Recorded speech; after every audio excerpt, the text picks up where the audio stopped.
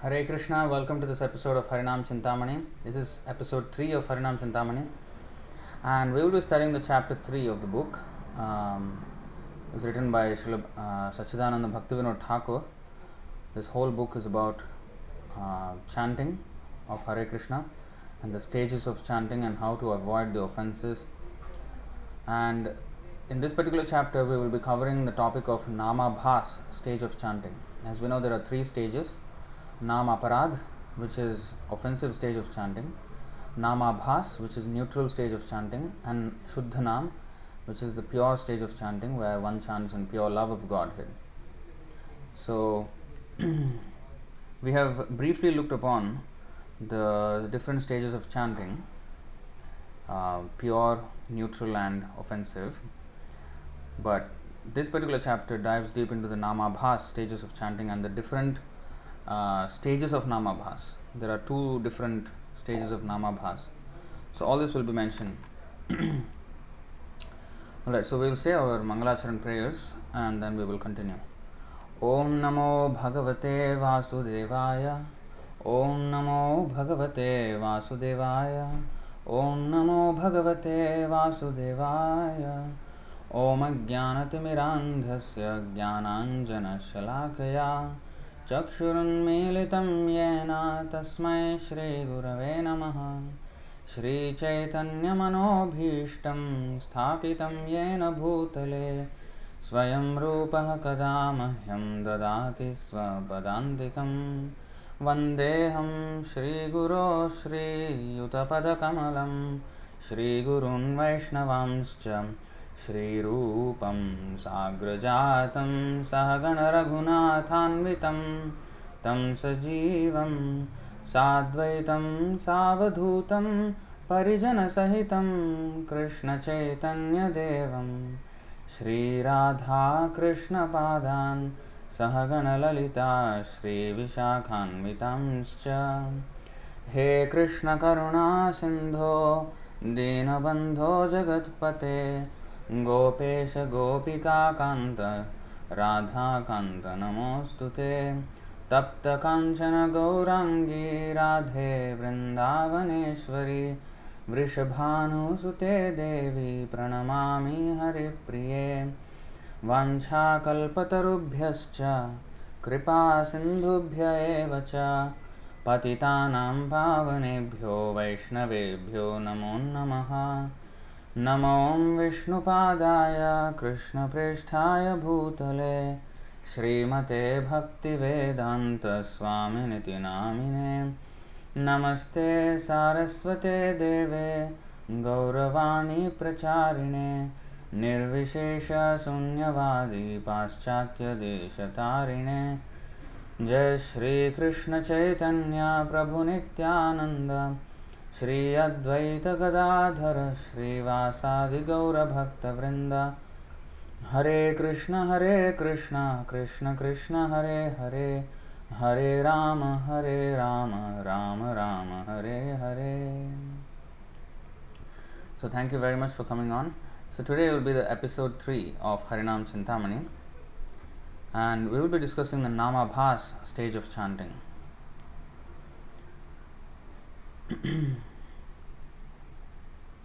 Gadai Gauranga Jaya Jannava Jivan Sitadvaita Jaya Shri Vasadi Bhaktajan. Sri Chaitanya Mahāprabhu mercifully lifted Haridāsa up with his own hands and said, "Listen, Haridāsa, to my words. Now explain in detail the meaning of Nāmābhāsa. If one thoroughly understands Nāmābhāsa, one's chanting of the holy name will become pure. Then by the power of that pure chanting, he will end his material existence." So there's reason why Chaitanya Mahaprabhu is asking from Haridāsa Thakur. For those of you who have not followed the first 2 sessions, it is actually is based on a conversation between Chaitanya Mahaprabhu and Haridāsa Thakur. And in this case, Chaitanya Mahaprabhu is not instructing, he is receiving the knowledge from Haridāsa Thakur. But of course, Haridāsa Thakur is well aware that he is not instructing the Supreme Personality of Godhead, rather he is being ordered by the Supreme Lord to speak on the holy name, he took it as an order, and he also aptly said that he referred to Chaitanya Mahaprabhu, you are the one who is speaking and I am just your instrument. So, although I am seemingly speaking, actually it is you who are speaking. So that is why the pure devotee's words are always perfect, because he repeats Krishna's words. So, Chaitanya Mahaprabhu wants to give the credit to Haridāsa Thakur, just like he gave the credit to Arjuna for the victory of the Pandavas in the Kurukshetra war. So actually Krishna was the one in the background doing everything.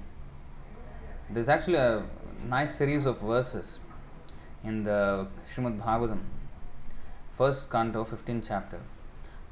Let's probably go there, because you see how Arjuna recollects that all the success that he had in the fight was purely because of Krishna and not because of any credentials he has personally. Now, I'll just go through the translations of these verses, because otherwise it will take a little bit more time.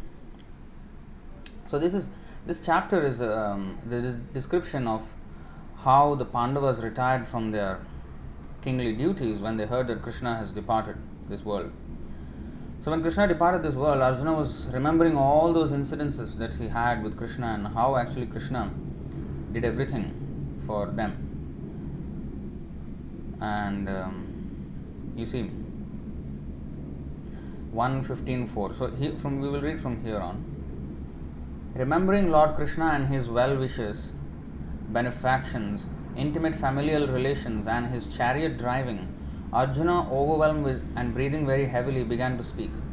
Arjuna said, "O king," he is speaking to Yudhishthir Maharaj, because in the previous chapter Yudhishthir Maharaj, he asked, how is Krishna? Is he busy because he is doing this duty, or is it why? What is the reason why he is not? We can't see him. So he knew that Krishna would have gone, but he did not want to hear that. He asked every other reason.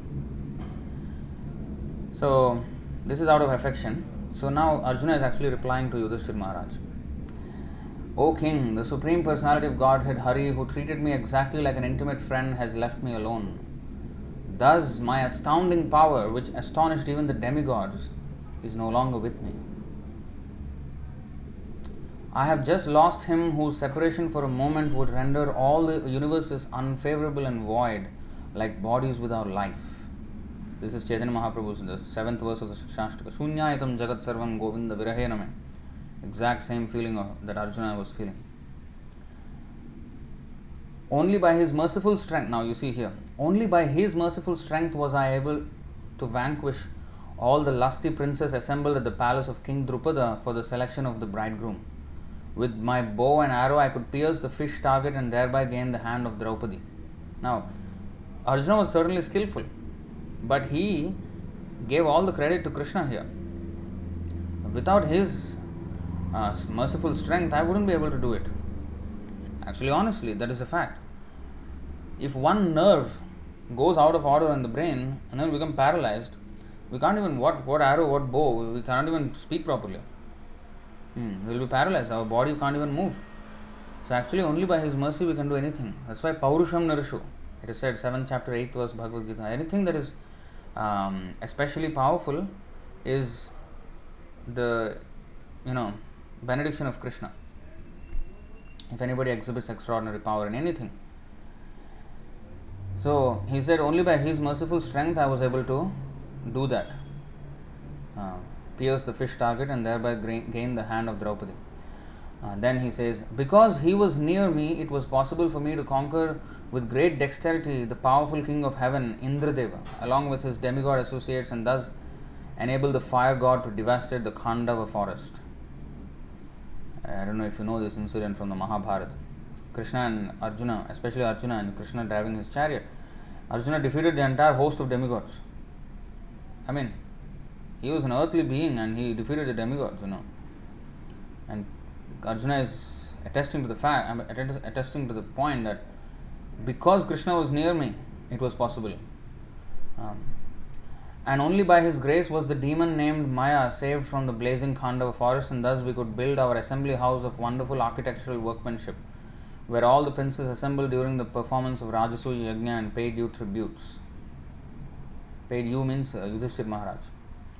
Your respectable younger brother who possesses the strength of 10,000 elephants killed by his grace. You see, he is saying, he has a strength of 10,000 elephants, yes, but only by his grace, by Krishna's grace, he could kill Jarasandha, whose feet were worshipped by many kings. These kings had been brought for sacrifice in Jarasandha's Mahābhāsa Yajna, but they were thus released. Later they paid tribute to your majesty. It was he, means Krishna, it was Krishna only who loosened the hair of all the wives of the miscreants, who dared open the cluster of your queen's hair, which had been nicely dressed and sanctified for the great Rajasuya sacrificial ceremony. At that time she fell down at the feet of Lord Krishna with tears in her eyes. The Kauravas loosened the hair means they became widows. It means they killed all the men. Then during our exile, Durvasa Muni, this is another important incident. During our exile, Durvasa Muni, who eats with his 10,000 disciples, intrigued with our enemies to put us in dangerous trouble. At that time, he, Lord Krishna, simply by accepting the remnants of food, saved us. By his accepting food, thus the assembly of Munis while bathing in the river felt sumptuously fed, and all the three worlds were also satisfied. So this is the incident where Durvasa Muni came to the ashram of the Pandavas in the forest with his 10,000 disciples, and Yudhishthira Maharaj and the Pandavas said, okay, we will feed you. And then they went to take a bath in the river, and then because they had this Akshayapatra pot given by the sun god, which could produce unlimited varieties of food, dishes. But it would only produce for that day until Draupadi has eaten. If Draupadi has eaten, and that's it, it will not produce for that day. So Draupadi has already eaten by then, and the pot was empty. So when the sages went to the river, Yudhishthira Maharaj found out this. So then what to do? Then they prayed to Krishna, and Krishna immediately appeared from nowhere. And then he asked Draupadi to give the pot, Akshayapatra. And then he saw inside there was one leaf, shak, one of the spinach, one small part of the leaf inside the pot. He just took that one and ate. And with that, all the sages in the water, including Durvasa Muni, felt full. And Durvasa Muni remembered his incident with Ambarish Maharaj. What is the problem with offending Vaishnavas? So he knew Yudhishthira Maharaj is a great Vaishnava, and all the Pandavas are. So he thought, if I go there to the ashram and I'm already full, we can't eat anything, it's like totally full. So he will feel offended. So better not face the anger of a Vaishnava. Let's just silently go from there. So they went. So in this way they were saved. And Arjuna is remembering, only because of Krishna we were able to come out of all these things. One by one he was remembering all the incidences. So it was by his influence only that in a fight I was able to astonish the personality of God Lord Shiva and his wife, the daughter of Mount Himalaya. This is Parvati. Thus he, Lord Shiva, became pleased with me and awarded me his own weapon, Pashupatastra. Other demigods also delivered their respective weapons to me, and in addition I was able to reach the heavenly planets in this present body and was allowed a half elevated seat in the heavenly planets, all by his grace. Because otherwise it is not possible in this body to go to heavenly planets. When I stayed for some days as a guest in the heavenly planets, all the heavenly demigods, including Indradeva, took shelter of my arms, which were marked with the Gandiva bow to kill the demon named Nivata Kavacha. O king, descendant of Ajamidha, at the present moment I am bereft of the Supreme Personality of Godhead, by whose influence I was so powerful. So Arjuna is remembering, is acknowledging the fact that all his power was due to Krishna only. Due to his influence I was so powerful. The military strength of the Kauravas was like an ocean in which there dwelled many invincible existences, and thus it was insurmountable. But because of his friendship, I, seated on the chariot, was able to cross over it. And only by his grace was I able to regain the cows and also collect by force many helmets of the kings, which were bedecked with jewels that were sources of all brilliance. It was he only who withdrew the duration of life from everyone, and who in the battlefield withdrew the speculative power and strength of enthusiasm from the great military phalanx made by the Kauravas, headed by Bhishma, Karna, Drona, Shalya, etc. Their arrangement was expert and more than adequate, but he, Lord Sri Krishna, while going forward, did all this. Just by going forward in the chariot, he did all these things. He diminished their lifespans and everything. Great generals like Bhishma, Drona, Karna, Bhurishrava, Shusharma, Shalya, Jayadratha and Bahlika all directed their invincible weapons against me, but by his, Lord Krishna's grace, they could not even touch a hair on my head. Similarly, Prahlad Maharaj, the supreme devotee of Lord Narasimha, was unaffected by the weapons the demons used against him. It was only by his mercy that my enemies neglected to kill me when I descended from my chariot to get water for my thirsty horses.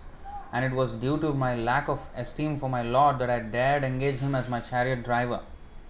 For he is worshipped and offered services by the best men to attain salvation. You see how he is condemning himself for having engaged Krishna as his driver. O king, his jokings and frank talks were pleasing and beautifully decorated with smiles. His addresses unto me as O son of Pritha, O friend, O son of the Kuru dynasty, and all such heartiness are now remembered by me, and thus I am overwhelmed.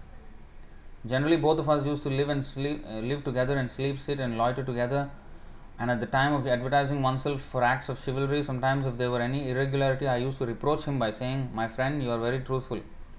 Even in those hours when his value was minimized, he, being the Supreme Soul, used to tolerate all those utterances of mine, excusing me exactly as a true friend excuses his true friend, or a father excuses his son. O Emperor, now I am separated from my friend and dearmost well-wisher, the Supreme Personality of Godhead, and therefore my heart appears to be void of everything.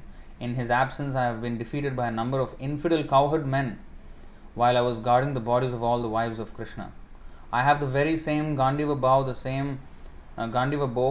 same arrows, the same chariot drawn by the same horses, and I use them as the same Arjuna to whom all the kings offered their due respects. But in the absence of Lord Krishna, all of them at a moment's notice have become null and void. It is exactly like offering clarified butter on ashes, accumulating money with a magic wand, or sowing seeds on barren land. See, the very same instruments Arjuna used, but without the help of Krishna, without the mercy of Krishna, he was rendered so useless that even cowherdmen defeated him. Whereas he could defeat even Indra. So, then of course he says, now I am attracted to those instructions imparted to me by the personality of Godhead Govinda, because they are impregnated with instructions for relieving the burning heart in all circumstances of time and space. So, you can see how the Lord empowers his devotee, and the devotee gets all the credit, but Arjuna is not proud that, oh, I did everything. No, he is totally conscious that it was only possible by Krishna, because of Krishna. That's why there is a verse, Yesham Jayastu Pandaputranam Yesham Pakshe Janardana. If you see in the purport of Bhagavad Gita 1.14 purport, it is mentioned there. Jayastu Pandaputranam Yesham Pakshe Janardana. So, on whoever's side Janardana is, he will get all victory, and because he was on Pandava's side, they will get all the victory. So, similarly, Hanuman also did extraordinary activities in the Ramayana, but he always knew that only because of Ram he could do everything. He was never proud that, oh, Ram is useless, I am the most heroic person in the Ramayana. No, he always was conscious. But the Lord sometimes acts inferior so that his devotee will be glorified. Madbhakta Pujabhyadhika. Worship of his devotee is greater than his own worship. So,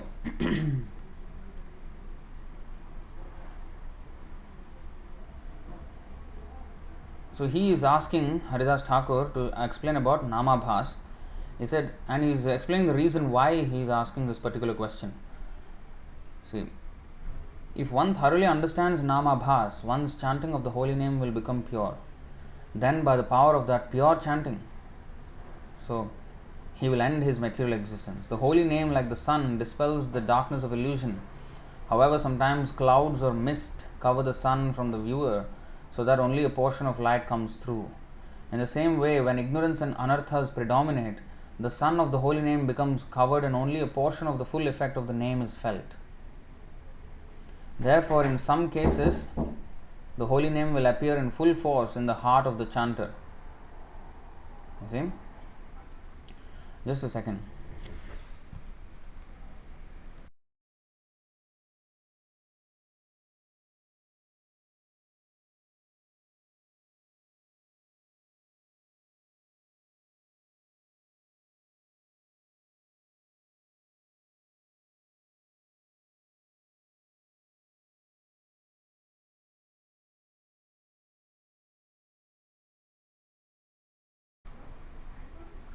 So, yeah. In the same way, when ignorance and anarthas predominate, the sun of the holy name becomes covered and only a portion of the full effect of the name is felt.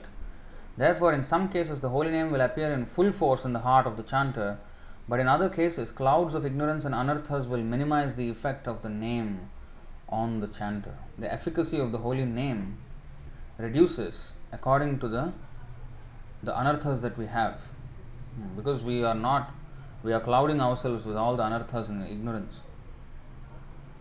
So, what is ignorance? Ignorance is of three types. So, see how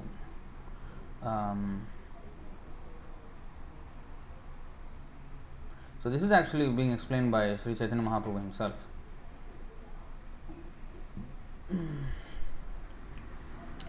So, what is ignorance? Ignorance is of three types. If one does not know the true spiritual nature of the holy name which one has accepted, this ignorance of the name, like mist, leads one into darkness. Secondly, a person ignorant that Krishna is the Supreme Lord will take to worship of the demigods and the path of material piety. Thirdly, one who is ignorant of the transcendental nature of his own self as an infinitesimal part of Krishna in his world takes shelter of the world of impermanence and illusion, and thus he will remain eternally in ignorance. So, three types of ignorance.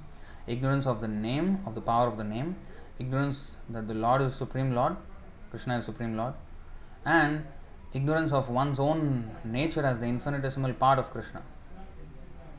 So then we will be interested in this world, and then we will worship demigods, and we will not know the glory of the holy name, and then take it easy, take it not with full seriousness. So these are the three types of ignorance. When the Lord had finished, Haridāsa said, "Today I am most fortunate, for from my mouth the Supreme Lord himself, Sri Chaitanya, will hear about the holy name." Haridāsa first explained about ignorance. Knowledge means knowing Krishna is the Lord and that the living entities are his servants, and that the material world is a non-conscious gross manifestation or byproduct of the Lord.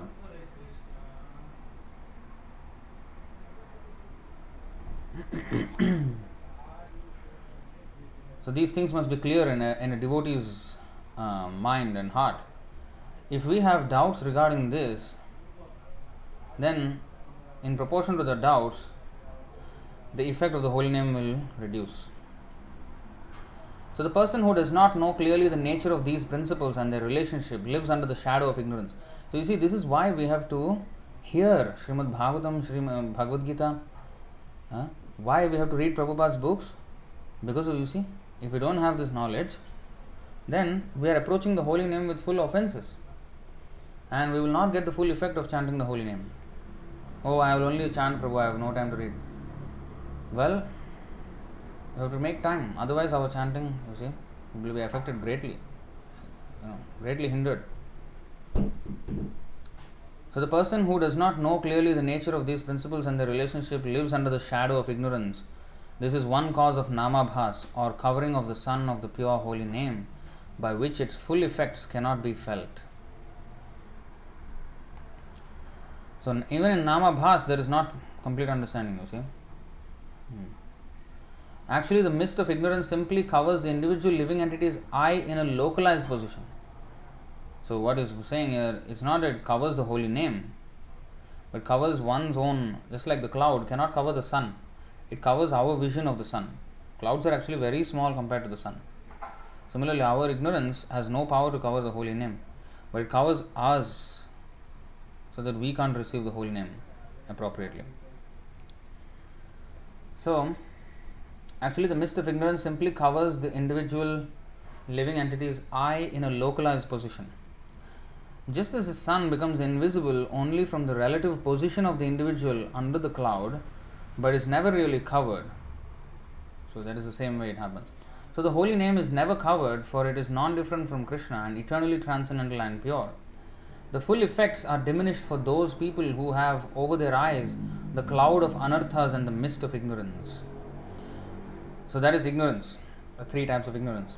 Now, what are Anarthas? These are classified as thirst for material objects. Asat Trishna. Trishna means thirst. Asat means for material objects.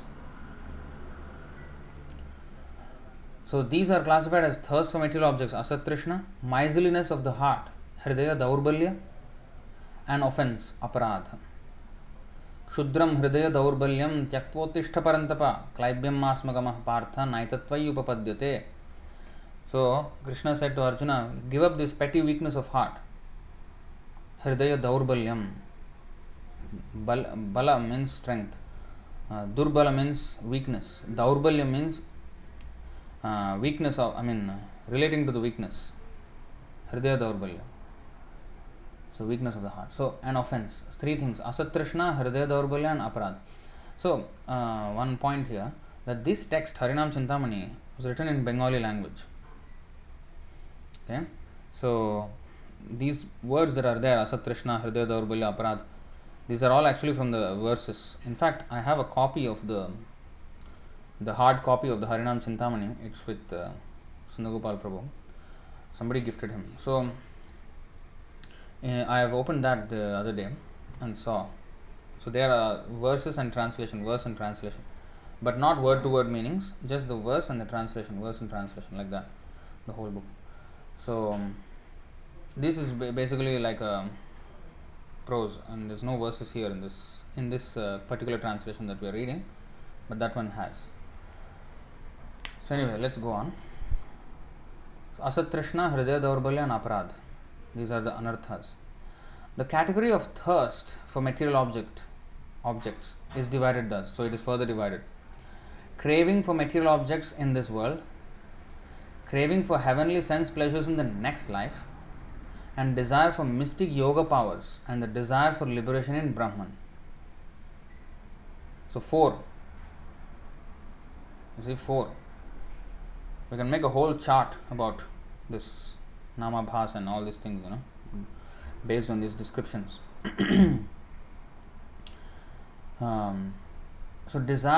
So craving for material objects in this life, craving for heavenly pleasures in the next life, desire for mystic yogic powers, and then desire for liberation in Brahman.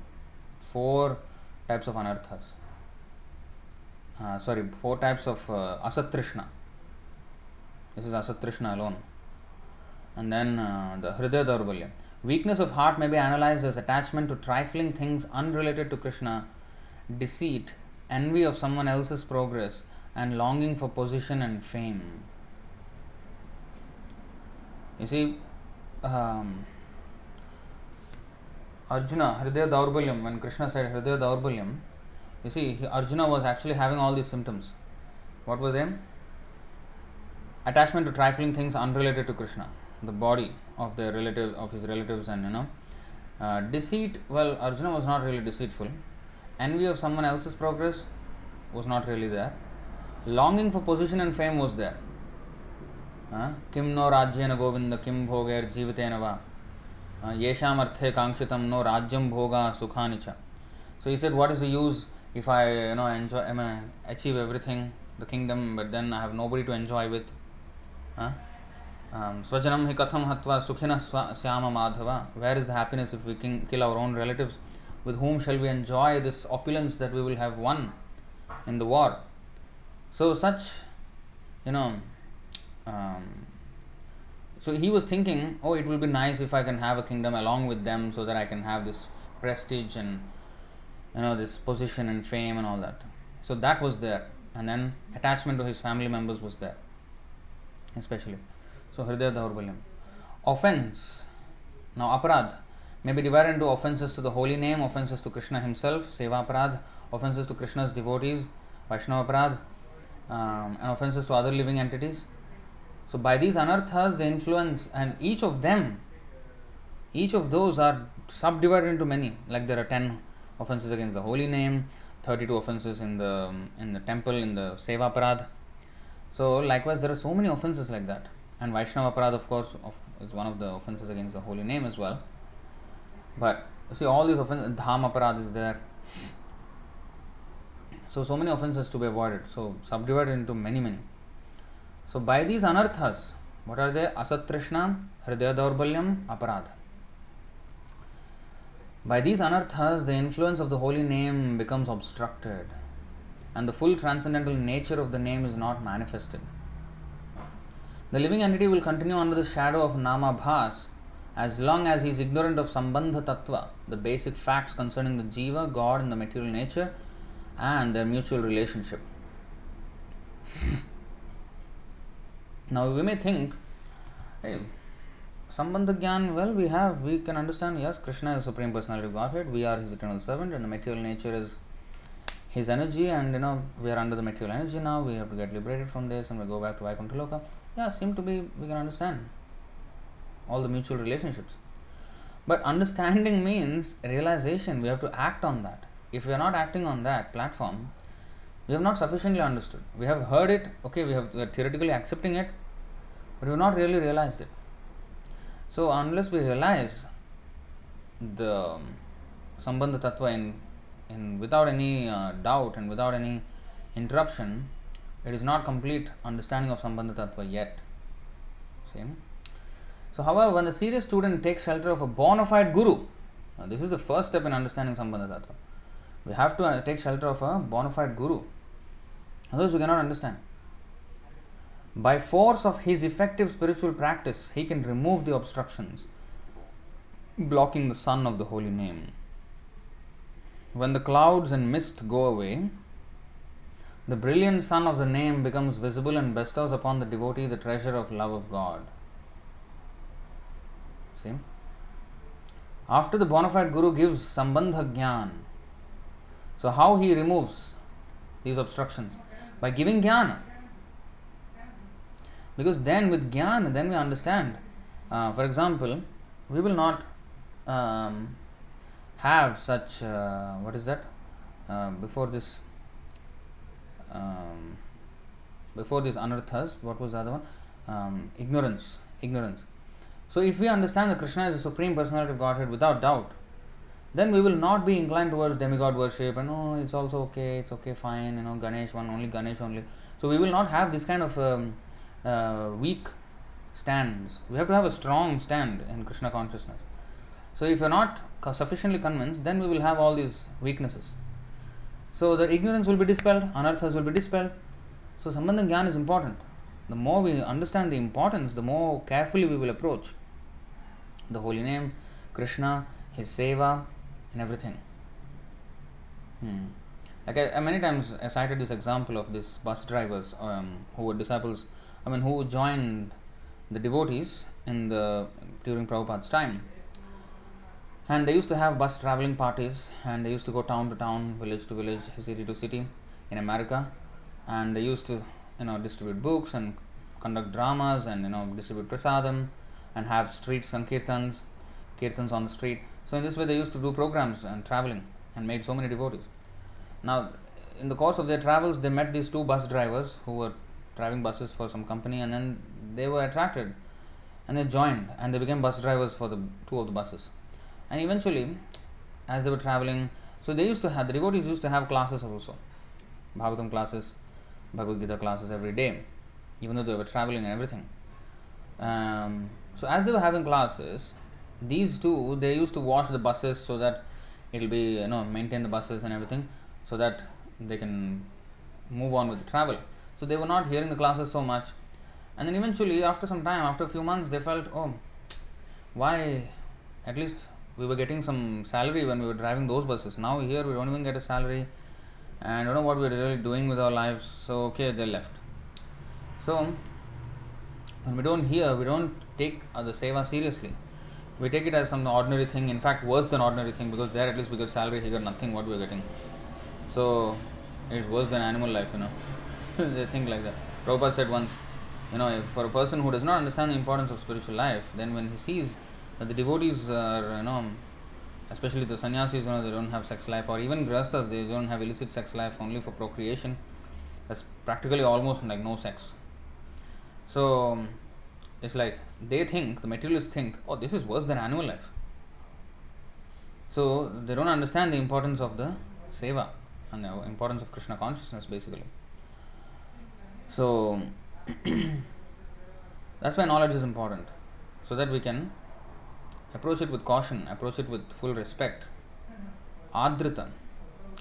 Anadrita yushmadangraya patanti adha. Why people fall down, why the impersonalists fall down? But they don't have adrita or respect or regard for the lotus feet of Krishna.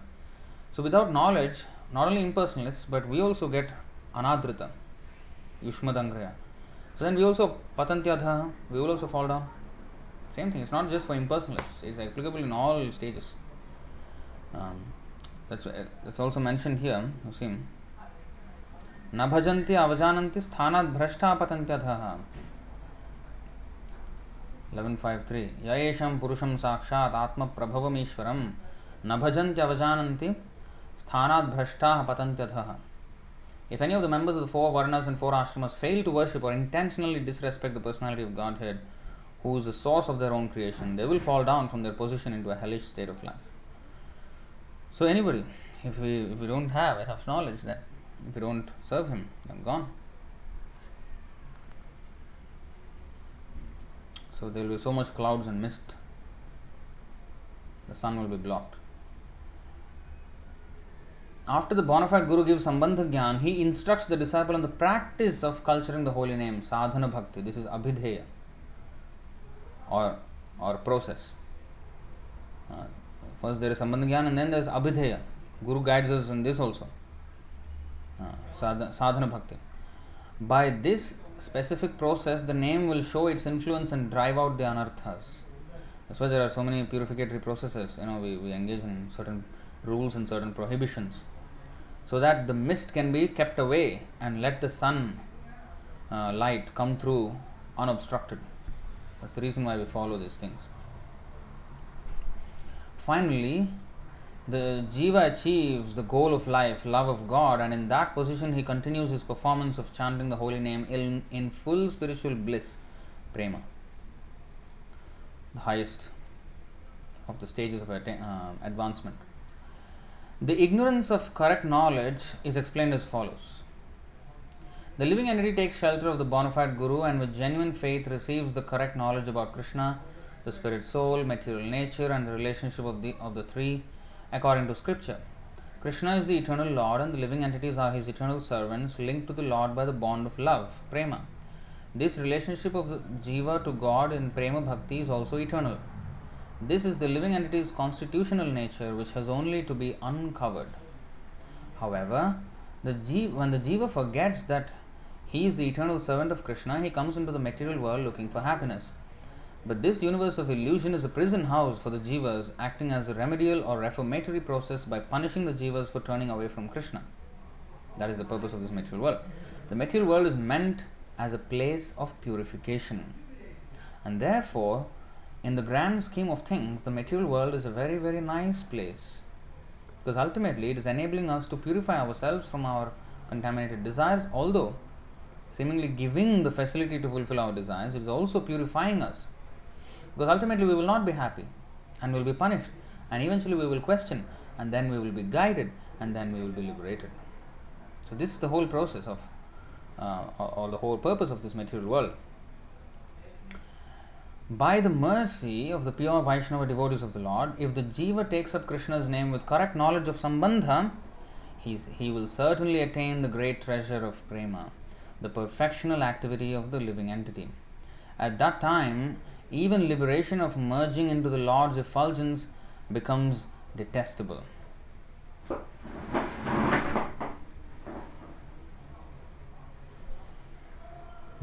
At that time it will become detestable. But as long as the transcendental knowledge of Sambandha is not accepted, the anarthas and ignorance must remain, and the person will continue on the platform of Nāmābhāsa. Though the person chants, the effect is limited. You see, even in Nāmābhāsa, the effect is limited. However, even chanting in the Nāmābhāsa stage is considered to be very auspicious. Now, even though this is a case, there are Anarthas blocking, even in Nāmābhāsa stage. What to speak of Nāmaparad? Nāmaparad, that's why in the previous chapter, if you have noticed, those who are chanting in Nāmābhāsa stage are called semi-Vaishnavas. Those who are chanting in pure love of Godhead are called Vaishnavas. Those who are chanting with Nāmaparad, I don't know what to call them. It's like Bhakta Praya. Almost devotees, like, entering into devotional service, 0.001% devotee, 0.0000001% devotee, like that, or 1, 2, 3, 4. Semi-Vaishnava is at least half, 50%. Nāmābhāsa is at least half. So, it is a good metric for us to even evaluate ourselves, actually where we stand in the category of a Vaishnava. How close or how far we are from pure chanting, that much less we are of a Vaishnava. So it's a good analytical tool for us to understand this. So this is a very good description. You see, very profound. However, even chanting in the Nāmābhāsa stage is considered to be very auspicious. It is considered the chief of pious activities. For by the accumulation of Nāmābhāsa activity, one eventually gains faith to accept devotional service properly. That means even in Nāmābhāsa, he is not accepting devotional service properly yet. Of course, and that's why he doesn't have prema yet. If one is fully pure, he should be in prema. So as long as one is not in prema or pure love of God or Shuddhanam, there is impurities there. So just imagine Nāmaparad, how far it is. Such great distance from the Shuddhanam.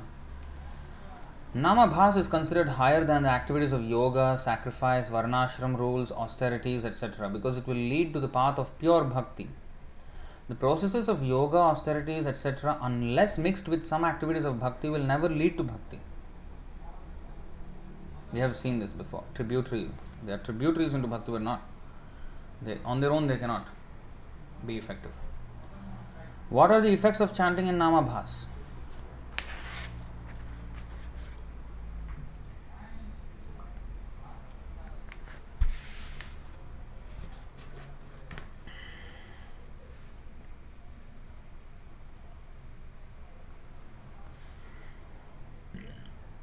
What are the effects of chanting in Nāmābhāsa?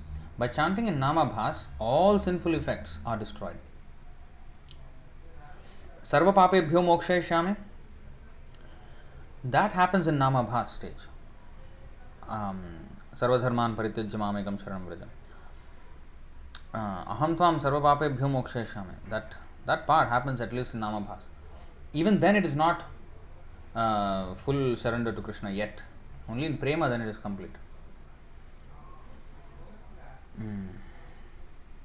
And one can attain liberation from the material world. One can attain liberation with Nāmābhāsa. All the effects of Kali Yuga are overcome. You know that verse, Kalau krita yuge tasya Kalau krita yugam tasya Kalau krita yugastasya Kalau Kalistasya krita yuge Yasya cetasi Govindo Yesham, what is that? Hridayam nachutaha.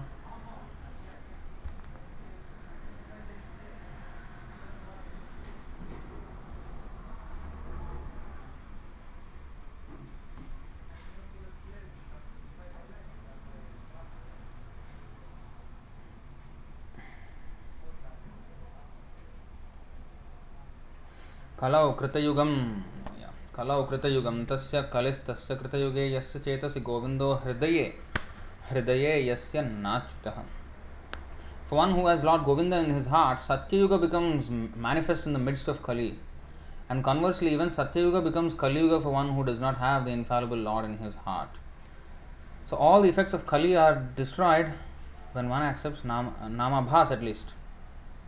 You see, in this verse it is said like this to encourage. But then more detail is there in Harināma Cintāmaṇi. You see at what stage this holy name will actually give that result. So of course it is encouraged that one chant of the holy name can rid oneself of all the sins that he is even able to commit in the future. But that is only possible with Nāmābhāsa, not in Nāmāparādha.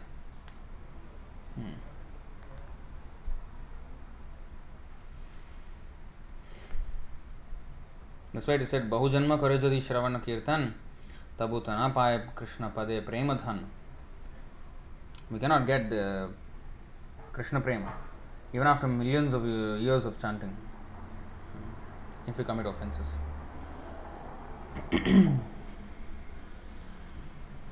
By chanting at this stage, Nāmābhāsa stage, all anxieties will go and peace can be obtained. Evil influences of ghosts, demons, spirits and unfavorable planets are also nullified. Now, here there is more information here. You see, all anxieties will go. Kileshagni. Sometimes, I am chanting Prabhu, nothing is happening. Why? I am chanting offensively, then why anything will happen? Evil influences from ghosts, demons, spirits and unfavorable planets are also nullified. So these astrological influences, of planets will not act when one chants the holy name in Nāmābhāsa stage or pure Nam, Shuddha Nam. But in Nāmāparādha stage, we will still face. But of course, Krishna is not unkind to those who are chanting in Nāmāparādha because they are at least trying, but still with full of aparadha. So definitely Krishna will also mitigate, but not to the extent. It only is. It all depends on our involvement in the process. What is that? Yadrishi shraddha siddhir bhavati tadrishi ye yatha mam prapadyante tams tathaiva bhajamyaham. As much as we surrender to that process, as much as we get involved in the process, that much Krishna will reward us. That's all. So even in the Nāmāparādha stage, if we are sincerely trying, then he will also reduce the effects, and then whatever effects, that residual effects that come through will be actually only token punishments, and they will in fact inspire the devotee to have lesser and lesser faith in the material world and eventually come to nil, and propel the devotee towards having faith only in Krishna and completely giving up faith in the material world.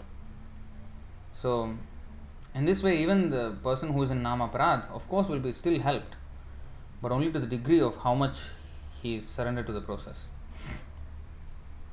Okay? So evil influences of ghosts, demons, spirits and unfavorable planets are also nullified. Sometimes there are incidences where Sundagopal Prabhu, he narrated an incident which happened in Indonesia. In this part of the world, this Indonesia, Thailand, the black magic is quite prominent, and that means all this black arts. So one of the devotees, she was a young girl, like 17 years old, and she was possessed of a ghost, it seems. This happened in Jakarta or some other place, when Prabhu was a young devotee at the time. So she was having this ghost in her, and she was acting like crazy, and then people were trying to hold her back because she was just breaking things and everything.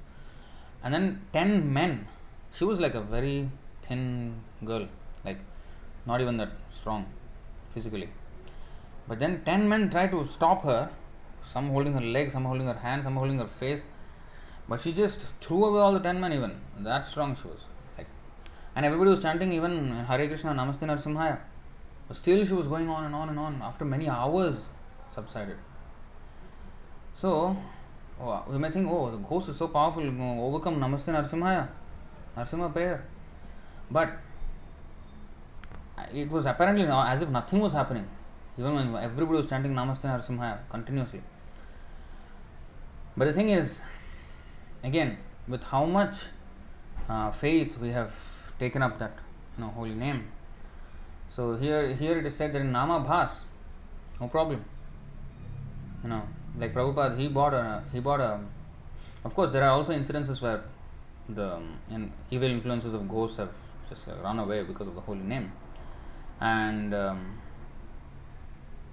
Srila Prabhupada mentioned that even in John Lennon's house, the Beatles star, he had a bungalow, and then when the devotees were having kirtan, Prabhupada said the ghosts who were sitting on the top, they could not stand at kirtan, and they left for good. So there were some ghosts on top of that mansion, and they were watching the kirtan, and they just could not handle it, and they just left. So these things do take place, you see. And of course, more importantly, it was because of their faith in Prabhupada and because of Prabhupada's strength happened. So even if we do kirtan, it depends on how, with what bhava we are doing kirtan. If we are doing kirtan with the bhava that I want to be known as a great singer, well, then the level of surrender is that much. But if one kirtan is actually meant only for the pleasure of the Lord and nothing else, so he's not about talent, he's about devotion. Bhavagrahi Janardhan, not talent grahi Janardhan. So anyway, evil influences of ghosts, demons, spirits and unfavorable planets are also nullified. Even the residents of hellish planets can achieve liberation by chanting them in Nāmābhāsa. For Nāmābhāsa destroys the effects of sinful activities already committed. Prarabdha karma. So even in the past what we have done, all those will be nullified. So this is the thing. Akarma means devotional activity in Krishna consciousness. Such activity has no reaction. But not only such activity has no reaction, it will also burn up the reaction of the previous activities that we have sinful or pious we have done before. That is, the effect of chanting or taking to devotional service. For these reasons, Nāmābhāsa is even more powerful than the Vedas and all holy places. It's another very profound statement here. Nāmābhāsa is even more powerful than the Vedas and more powerful than all the holy places. Usually when you go to a holy place, you certainly get purified because, the atmosphere is all about Krishna and, the river, the Yamuna or Ganga or any of the temples, they all remind us of Krishna. All fine and well and good. But if one is chanting in Nāmābhāsa, therefore there's a song by Narottam Ṭhākura actually. I don't know which song exactly it is. Maybe some of you can help me out with that. He said, Tirthayatra Parishram Kevalam Manir Brahma. So Tirthayatra Parishram, all the effort taken to go to holy places, and we have organized trips, tours to holy places, pilgrimage along with other devotees. It takes a lot of organization to organize everything, and it's a lot of effort, and sometimes sometimes devotees, those who are new especially, they can't take the austere life, and sometimes they complain even. So, and we have to sometimes take all those. So apart from the already taxing job of organizing everything, and especially all these places of pilgrimage are in India, and India is very volatile. I mean, you can't plan, and you can't expect that everything will go according to plan in India. No. You can plan one thing and totally different things may happen. So it's a lot of a challenge. So it's tapasya is ingrained in the lifestyle of India. Every part of Indian thing is, there's tapasya involved.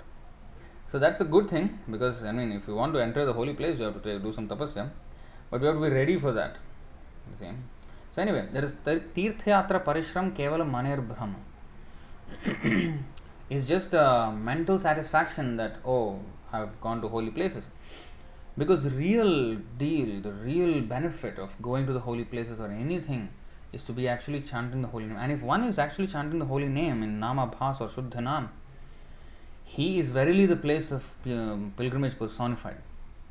He doesn't even need to go to any holy place, because wherever he is a holy place.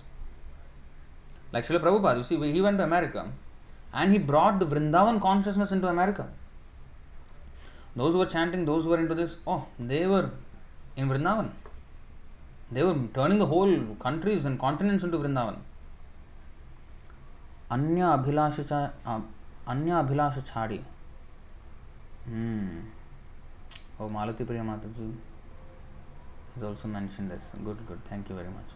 So here is the actual quotation. The song is taken from the book Prema Bhakti Chandrika. Tirthe atra parishram keval maner bhram sarva siddhi govinda charan sudridha vishwasa kore mada matsarya parihari sada karo ananya bhajan. The struggle to travel to various holy pilgrimage places is simply the mind's mistake.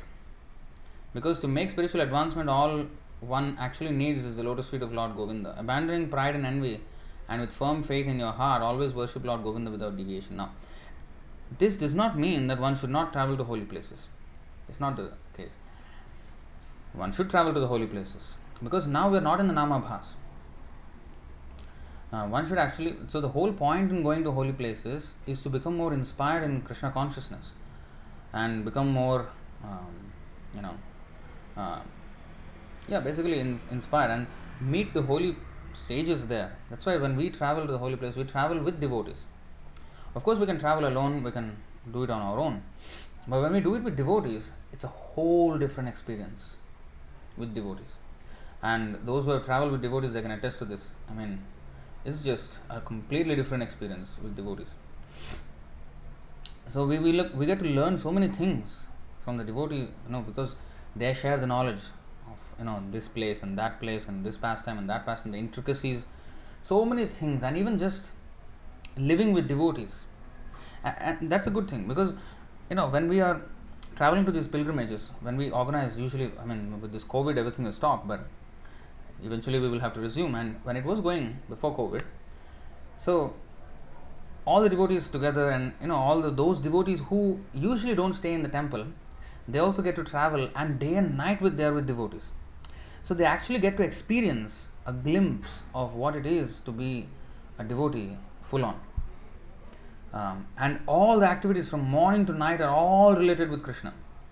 This is a new experience for those who are not used to such a life. See? And then in those interactions, it's not only about in a class that you will learn about Krishna consciousness, but with individual interactions with devotees, you get to learn a lot of things. This, what is that? Priti Lakshana. These engagements between devotees. What is that? NOI 4. What is that? Shadvidha Priti Lakshanam. How did I forget that?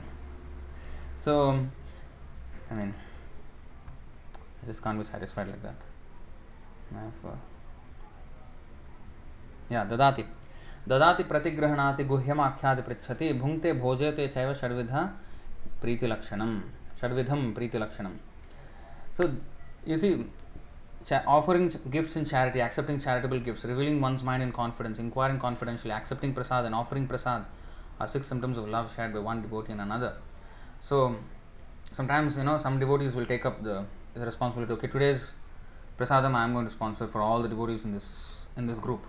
You see, and sometimes they also engage in prasadam distribution in the Vrindavan somewhere.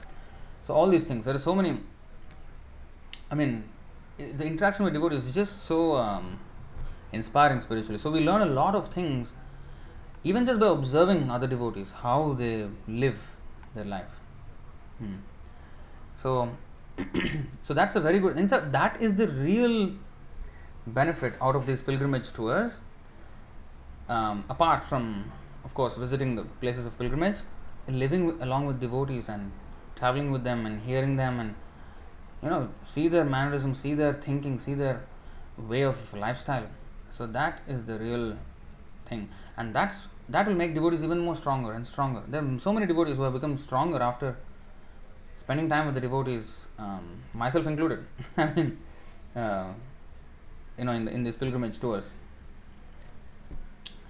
So there's, so that is the real effect.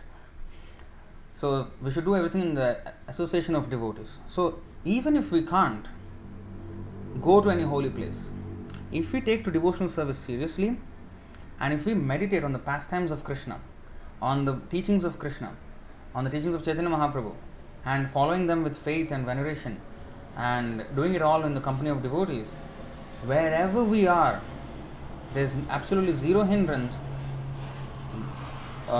between us and Vrindavan. We are always will be in Vrindavan. This is called Krishna consciousness. It's about the consciousness. But if I go to a pilgrimage, a site of pilgrimage, but I'm just materially I stay in a hotel and then there is a TV there and I watch some movie there. And, come on, what am I doing? So I'm actually not in the place of pilgrimage. Whereas even if I'm in hell, if I'm thinking of Krishna, I'm in a place of pilgrimage. So this is the real thing. That's why Narottam Ṭhākura has, condemned. In the sense that he has said that this is the external activity, but the real deal is Krishna consciousness. The struggle to travel to various places, holy pilgrimage places, is simply the mind's mistake, because to make spiritual advancement, all one actually needs is the lotus feet of Lord Govinda. Abandoning pride and envy and with firm faith in your heart, always worship Lord Govinda without deviation. So this is this is very high stage. This is not avyabhicharena bhakti. This is Nāmābhāsa and Shuddhanam, that stage, not in Nāmāprād stage. So in Nāmāprād stage, we have to follow everything. Even going to holy place also, we should honor that. And not get too familiar with the holy places, with respect, and come back and engage in the executing the order of the spiritual master. That's where the real deal. In fact, there's one incident. In fact, I also feel sometimes like this. We really like to go to holy places. But when we go to the holy place, sometimes I do feel like this. I'm taking darshan of all the places, all the temples. It's very nice, very, very inspiring. But sometimes I feel something lacking. What is that? Seva. Like, there is no committed seva that I am doing. I'm witnessing and I'm saying, yes, nice and nice and nice. What am I going to do? So then, at that time, the inspiration comes so much, this is so nice. Only at that time, the feeling is like, I want to go and preach. I want to go and, go back to wherever I'm from and then engage in this preaching work. Of course, we can always engage in preaching work even in Vrindavan when we are there. But then we will need extra time. We will need to spend more time so that we can see the holy places, do the parikrama, and then also do book distribution, prasadam distribution. We need more time. So, but usually because we are coming from places where we are engaged in preaching work, so we usually have very less time to spend on a pilgrimage, like 10 days, maximum 2 weeks. So we try to maximize that to visit as many places as possible. In a whole year, that's all we get. And sometimes we have to take rotations, like, for example, especially for those who are dedicated in the temple, sometimes one devotee goes, but the next year he can't go because he has to cover for the other devotee who will go this time. So in this way, one only will get a chance in a few years once. So there's so many commitments here, so that's why we can't go for that long. So usually when we go, we can't engage much in the book distribution or prasadam distribution in those places, and we just visit all the places and even in fact show the new devotees all those places and explain the pastimes and explain. So it already takes up all of the time that we are there. So sometimes we long for that service again. Of course, this is also service. This is also actually service, because training devotees and all that. That's why we should never go to holy places just without a service mentality. If we take it as a service mentality to educate the other devotees who are with us, especially for those who are dedicated, to educate them, okay, this is the importance of places of pastimes and the intricacies of these leelas and some teachings that would have happened there. Like we went to Naimisharanya and we this is where Bhagavatam was spoken and all these things. So then we delve a little bit into the Bhagavatam. If we know these things deeply enough, and then we share with them, then actually we are doing a service by making them also devotees. And if we don't know much, then we go with devotees and learn. See? Eventually it has to come to the point of personal acceptance of the process of devotional service. And then it doesn't even matter where we are, we will be in Vrindavan.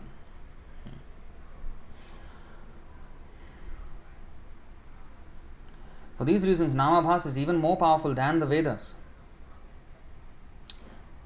Where is that verse? I think everybody knows this verse, probably. Srimad Bhagavatam 3.33.7 Aho badashva pachoto gariyan yajjihvagre vartate namatubhyam te pustapaste juhvusasnurarya brahmanuchurnama granandi yete. In fact, the previous verse also. Yannamadheya shravananu kirtanad yat prahvanad yat smaranad apikvachit svadopi sadhyah savanaya kalpate kutah punaste bhagavannu darshanat. To say nothing of the spiritual advancement of persons who see the Supreme Person face to face, even a person born in a family of dog eaters immediately becomes eligible to perform Vedic sacrifices. It means it's higher than the Vedas. If he once utters the holy name of the Supreme Personality of Godhead, or chants about him, hears about his pastimes, offers him obeisances, or even remembers him. And of course, all this is with the caveat of how much offense or offenseless we are accepting this process with. It all boils down to that. But this is the max. And then Aho badashva pachoto gariyan jagjihvagre vartate namatubhyam te pustapaste juhvusasnurarya brahmanuchurnama granandi yete. Oh, how glorious are they whose tongues are chanting your holy name. Even if born in the families of dog eaters, such persons are worshipable. Persons who chant the holy name of your Lordship must have executed all kinds of austerities and fire sacrifices and achieved all the good manners of the Aryans. To be chanting the holy name of your Lordship, they must have bathed at holy places of pilgrimage, studied the Vedas, and fulfilled everything required. And it's also echoed in this verse of the Bhagavad Gita, 8:28, last verse of the 8th chapter. Vedeshu yajneshu tapassu chaiva daneshu yat punya phalam pradishtam atyeti tat sarvam idam viditva yogi param sthanam upaiti chadyam. A person who accepts the path of devotional service is not bereft of the results derived from studying the Vedas, performing austere sacrifices, giving charity, or pursuing philosophical and fruitive activities. Simply by performing devotional service, he attains all these, and at the end he reaches the supreme eternal abode. Nasadhyati mam yogo. That verse is also very important.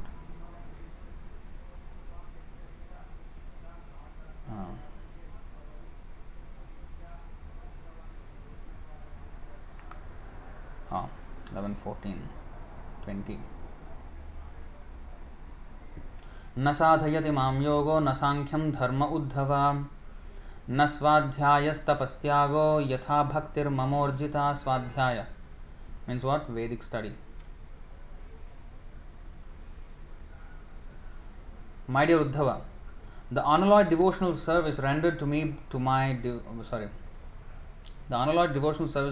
by my devotees brings me under their control. I cannot be thus controlled by those engaged in mystic yoga, Sankhya philosophy, pious work, Vedic study, austerity, or renunciation. See, this is so the Nāmābhāsa is higher than Vedic study, Vedas, and places of pilgrimage. What is it? Traigunya Vishaya Veda Nistraigunyo Bhavarjuna Nirdvandvo Nitya Sattvastho Niryoga Kshema Atmavan. So Krishna is asking Arjuna to come to that point. Of course, his procedure was not Nāmābhāsa. He was not chanting Hare Kṛṣṇa, Arjuna. He was actually acting for Krishna or working for Krishna. He says the Vedas deal mainly with the subject of the three modes of material nature. O Arjuna, become transcendental to these three modes. Be free from all dualities and from all anxieties for gain and safety, and be established in the self. So this is the thing. Oh yes. No merit higher than chanting the holy name. Yeah, this is actually a very good verse. Gokotidanam grahane khagasya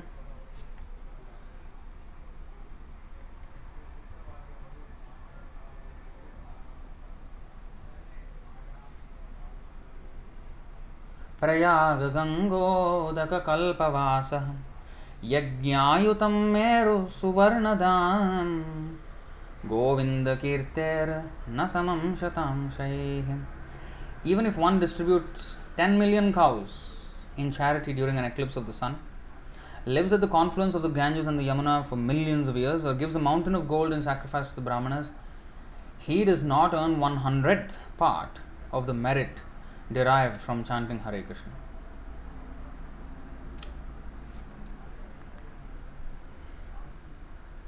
Nāmābhāsa is even more powerful than the Vedas and all holy places. It surpasses all the materialistic pious activities of Karma Kanda. Because the holy name is invested with all Krishna's transcendental energies, even by chanting in Nāmābhāsa, one can attain the goals of dharma, artha, kama and moksha, the cherished aims of the varnashram system. Look at that. Just by Nāmābhāsa, we can attain all these things. So in other words, artha, for example, dharma, artha, what is the connection? It's explained in the Bhagavad Gita that in the 3rd chapter, 10th verse to the 16th verse, that Krishna has sent for sent the populations and also the process of yajna. So by following that process, so that is dharma. Yajna process is dharma.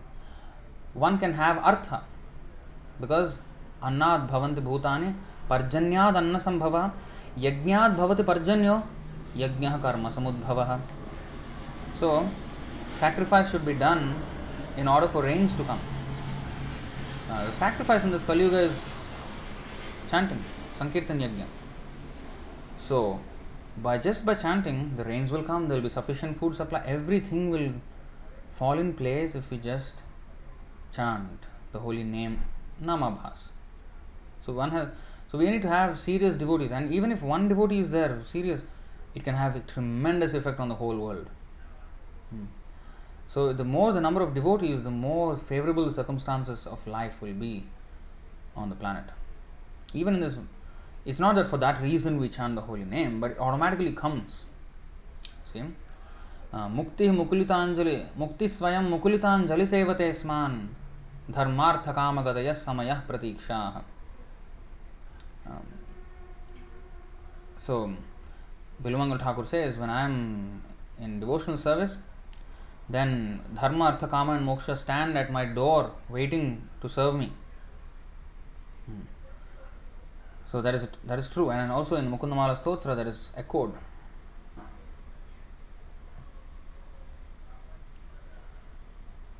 Alam alam alameka praninam patakanam nirasana vishayeya Krishna Krishneti vani yadi bhavati mukunde bhaktirananda sandra karatala kalitasa moksha samrajya lakshmi. By themselves, the word Krishna, Krishna are sufficient to drive away the sins of all living beings. Anyone who possesses devotion for Lord Mukunda, that is densely imbued with ecstasy, holds in the palms of his hands the gifts of liberation, worldly influence and wealth. Automatically, it is there in his hands. If one chants the name of Krishna and Krishna.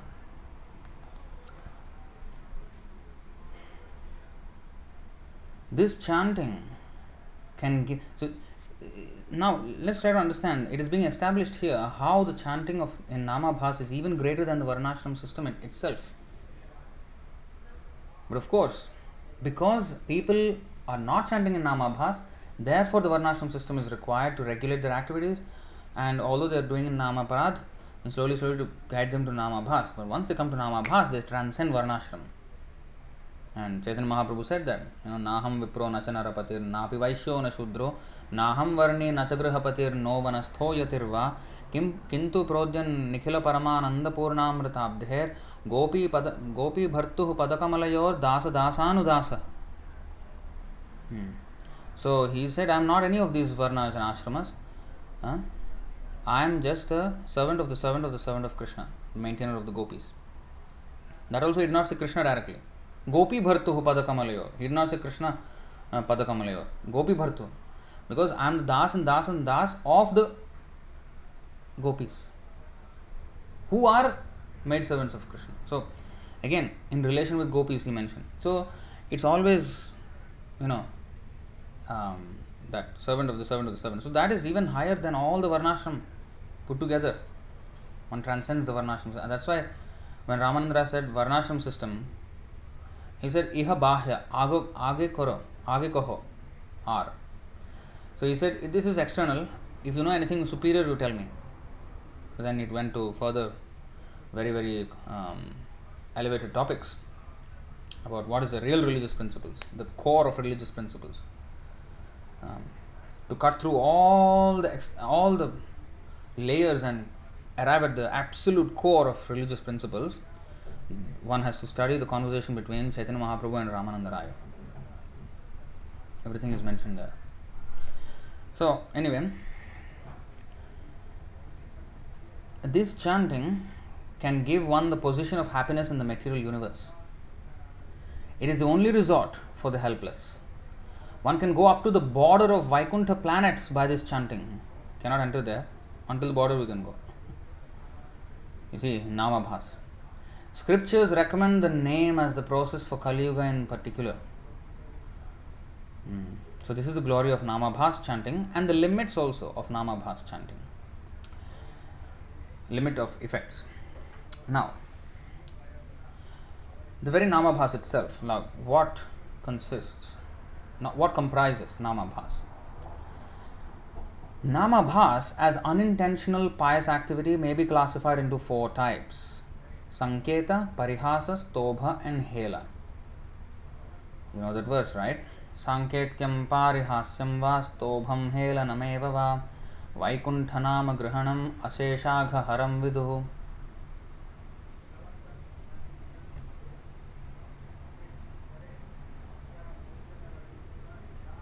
Sanketyam as an assignation or assignation. Assign but assignation or assignation, I don't know. Resign but resignation. So assign, assignation, maybe. That's the problems with imperfect languages. Sanskrit, we don't have these ambiguities. Anyway, parihasyam, jokingly. Assignation means referring to something else. So, like Ajamil, he was referring to his son, but he chanted the name Narayan because his son's name was Narayan. So that is Sanketyam. That's why his chanting was in the Nāmābhāsa. Parihasyam, jokingly. Va. Stobham, as musical entertainment. Helanam, neglectfully. Eva va. Vaikunthanama grahanam aseshagha. Asesha aghaharam.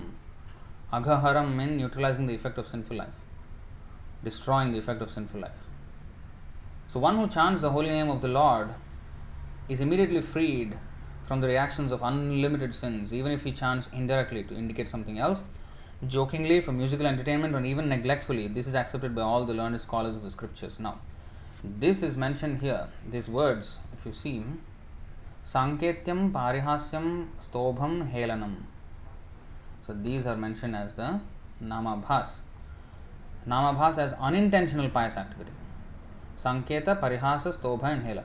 Chanting in Sanketa or indirectly means that one chants the name of Vishnu or Krishna with a specific material conception, or chants the holy name unintentionally while thinking of some other object with the same sound, like Ajamil. Or, these are examples. That's a very good example. An example of the first type is Ajamil, who called the name of his son, who happened to be named Narayana. Another, we can say like Indonesia, Garuda Airlines. Just by chanting the name of Garuda, we are indicating the airlines, but we are chanting the name of a great devotee of Vishnu, getting purified. This is the reason why we should have nomenclature even related to Krishna. Indonesia is having Garuda Airlines, Indian Airlines is having some Indian Airlines.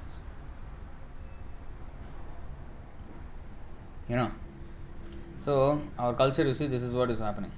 So, in that way, like haram was meaning something else, but The same sound is Haram, liberated, Nāmābhāsa. So, of course, we also say our computer, whoever computer hardware engineers, what is your RAM? RAM. It's actually Ram. But of course, the pronunciation is Ram. Ram means like a goat. What is that? Male ram. But there's RAM, somewhere close, but not really. So, yeah. So, unintentionally, but similar, with thinking of some other object with the same sound. Hurry up, hurry up. If you say hurry up, hurry up. So, of course, in this part of the world, they say it differently. They say faster, faster. Hey, faster. They say like this in this Singapore and Malaysia. But actually, proper English is hurry up. Yeah, Himanshu is saying rather not. Rather not is like close to Radhanath. And I wish I knew is like close to Vishnu. But of course, with a gap. Halam Riktam. So, there is this, that is called Vyavadhana. We have actually studied that. It will also have effect, but there is a slight decreased effect because of the separation. I wish I knew. It's like close to Vishnu. Wish and knew. In some places, actually, they pronounce knew as knew. I wish I knew. So, it's closer to Vishnu. Anyway, so you can find many such combinations. But it is certainly purifying, but because there is Vyavadhan, because there is other things that are covering, there is a mist of ignorance or aparadh or anarthas. So, there is delayed effect or subdued effect. So, he chanted the name of Vishnu.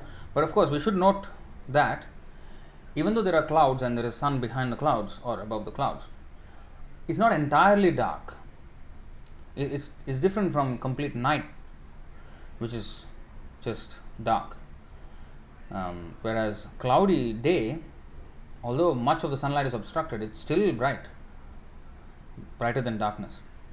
So, even in Nāmābhāsa, there is some, there is some light, but it depends on how thick the clouds are, how thick the clouds of ignorance and anarthas are. Yeah, we actually did a Instagram live stream episode when I was doing the Tattva Darshan show. This is the link, context lost. So in this, we explored two different contexts, two different cases of lost context, where it is misunderstood, and there is like yoga. What is yoga? And then today what it is called, and what it actually means, and what the real meaning is, and what it today is known as, and how the context is lost there, and similar such things. And also in the reverse of that, where context is lost. Now, like these indirect indications of the Lord. So that's the other part. So we have explored that. So in that episode, I enjoyed doing that episode actually. So he chanted the name of Vishnu, Ajamil, but with the intention of calling his son. Still he was saved from the Yamadutas and eventually attained Vaikuntha. Eventually, not immediately, you should remember that, but because he was only given a second chance, and then he became a pure devotee, and then eventually he went back to Vaikuntha. Not immediately. When he chanted Narayan, he went back to Vaikuntha. And there was this question that Srila Prabhupada was asked, what happened to Gandhi, who apparently chanted Hey Ram and before he passed away? Prabhupada said he did not go back to Godhead. Because, again, the offense, he actually did not believe in Bhagavad Gita so much. His commentary on Bhagavad Gita, although he carried it around, he took it all for his own, in his own personal way. He did not take it, he doubted that there was even a history called Mahabharata actually happened. He said the Pancha Pandava, the five Pandavas are the five senses, and Krishna is the mind, and Kurukshetra is the body. So in this way he had his own interpretation. And he was doubtful whether the Mahabharata actually was a real historical fact. So that kind of consciousness will never. This is all aparadh. You see? So that will actually cloud. There will be a lot of separation, vyavadhan, because of philosophical misunderstanding. So therefore it will not have the desired effect. You see how much deep this science is. Holy name, yes, but holy name. So, an example of the second type of sanketa, this is also indirect assignation, is the Yavana who claims haram when dying. Because the syllables ha and ram are present forming a name of the Lord accidentally, that person attains liberation. In Malay also there is Mata Hari. Mata Hari means the sun. Mata means the eye and Hari means day. So the eye of the day. Actually it is coming from, and Mata Hari is eye of the Hari, the eye of the Lord. Actually that is a fact. That's why if you see there are traces tracing back to the Vedic understanding. Mata Hari, the eye of the Lord. So the sun and moon are considered the eye of the universal eyes of the universal form of the Lord. So this is this has morphed into this Mata Hari in Malay language. So and they say Hari Hari means in Malay language, Hari Hari means every day. Hari means day, Hari Hari means every day. So if they want to say I'm coming every day, so I don't know the full sentence, but for every day they will use Hari Hari. So you see, Datang, Saya Datang, Hari Hari. So something like that. Saya means I and Datang means come. I hope I'm right. I don't know the grammar, but Hari Hari means every day. So in that way they are chanting actually, you see. And also in Malay language, Rama Rama means butterfly. Rama Rama means butterfly. We have explored all this thing in that Instagram episode, Context Lost, where it's a good thing that they lost the context, because by saying butterfly, Rama Rama, they are actually chanting the name of Lord Ram twice. So these things are there. I think in many languages you will find some of these elements involved. Okay, so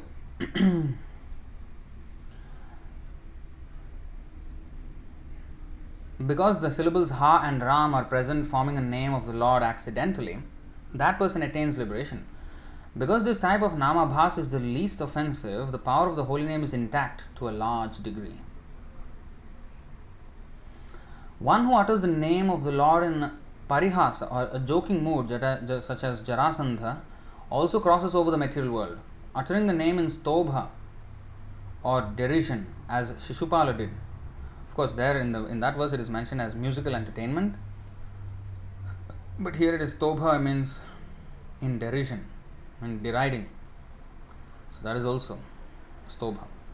As Shishupala did, can also cut the chains of material existence. Uttering the name in hela or disregard without attention also brings benefit. The mlechas attain liberation by all these types of Nāmābhāsa. Mlechas means, completely downtrodden, meat eaters and everything. So,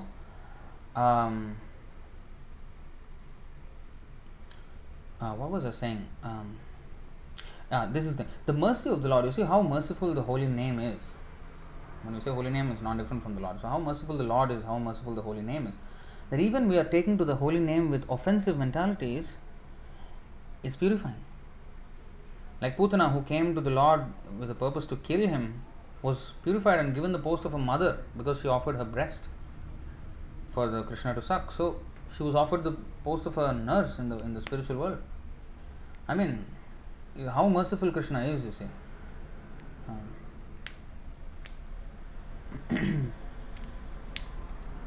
He considers it as Nāmābhāsa, although it is like aparadh. But somehow or other, these types of Nāmābhāsa, coincidence, jest, derision and disregard, being without real faith in Krishna, are situated on the lower border of Nāmābhāsa. So you see, this is now stages of Nāmābhāsa. The lower border of Nāmābhāsa.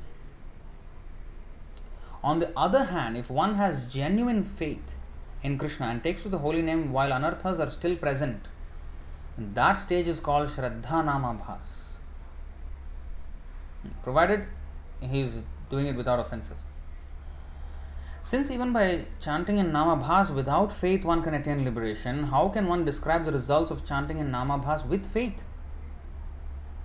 By chanting in Nāmābhāsa, one can get everything except prema. Except prema. So he can get until bhava, which is way above all the mystic yogic perfections of the material world and heavenly pleasures and pleasures in this life and this world. These are insignificant compared to that. But even in devotional life, one can get all the way until bhava, except prema. If one gets to the point of Shraddha Nāmābhāsa, quickly the Anarthas will go and the pure name will be revealed. Chanting the pure name, Shuddhanam, one will certainly get prema very quickly. So this is why Chaitanya Mahāprabhu asked Haridāsa Thakur to explain, because why this Nāmābhāsa should be understood, so that it is a stepping stone towards the Shuddhanam. So we need to understand what is the process and how it looks like. You see? And Haridāsa Thakur explained perfectly. It may be concluded therefore that Nāmābhāsa itself cannot give Krishna prema, but by progressing from this stage to the stage of Shuddhanam, by means of following rules of a sadhana as laid down by the Guru, one can get love of God. So why do we sometimes press the devotees to follow strictly? Why? Because then the anarthas will go away and then one can have a much more intimate access to the holy name. Otherwise, we're always sitting at a distance to the holy name, although we are chanting the holy name. So, to minimize our offenses, we have to follow the sadhana, and sometimes those who don't understand the importance of this, they may sometimes take offense at such corrections, at such chastisements, or at such nudging.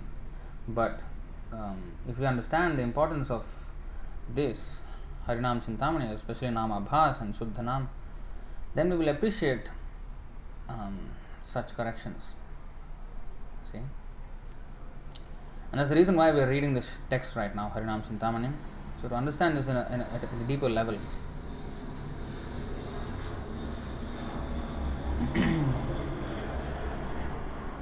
Thus, provided one does not commit Nama Aparadh, Nāmābhāsa is praiseworthy.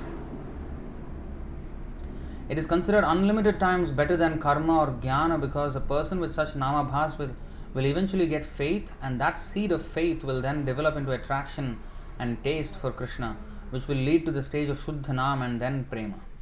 So sometimes, we can't fathom or we can't relate to such verses by Rupa Goswami as Tunde Tandavani Ratim Vitanute Tundavali Labdhaye.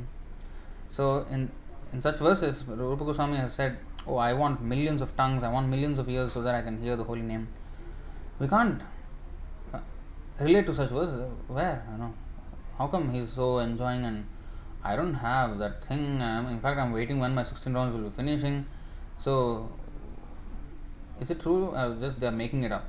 Sometimes we doubt the holy name, we doubt everything because of our inability to access the holy name. The problem being with us, we are adept at blaming something else or somebody else for our problems. So we blame it on the holy name, we blame it on the acharyas, oh, they are just exaggerating. So these are all subtle offenses we are committing when we see such descriptions and we say, it is said, nice poetic verse, but it has no reality. So we may not say it that way, but in our heart, we're not like contemplating, why did he even say like that? Is it that great? So if it's that great, then how far I am from that stage? So am I really even chanting? Can I be even considered chanting? So we should question ourselves rather than question the holy name and question the acharyas for their descriptions and question the shastra. Question ourselves. Where am I? Why am I not feeling or seeing it the way the acharyas are seeing it? What are they seeing that I am not seeing? Where are they where I am not? So that's how we should evaluate ourselves rather than try to evaluate the acharyas and the shastra and the holy name itself. When we try to do that, then we will commit offenses. The fifth offense, to consider the glories of chanting Hare Kṛṣṇa to be imagination or exaggeration. Harināma kalpanam. So this is an offense. So if we become humble rather than being proud that I'm always right, and if I don't experience something, the other thing is wrong. So that attitude comes from a platform of pride. But if I understand that I am the problem, I have to become humble and I have to acknowledge the fact that I am a rascal. Then yes, it begins.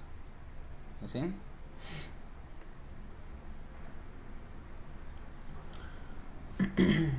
So you see, it eventually will get to Shuddhanam and then Prema.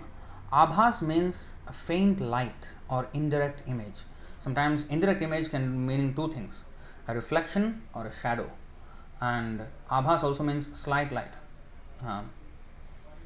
When there is a dawn, there is actually a verse like that.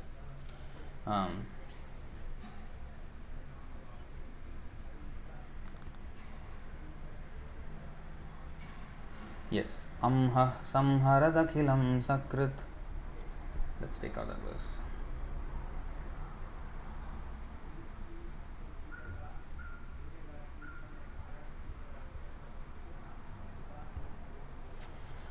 This is also spoken by Haridāsa Ṭhākura. Amha Samharadakhilam Sakrit Udayadeva Sakalalokasya Taranirivati Jaladhim Jayati Jagan Mangalam Harināma.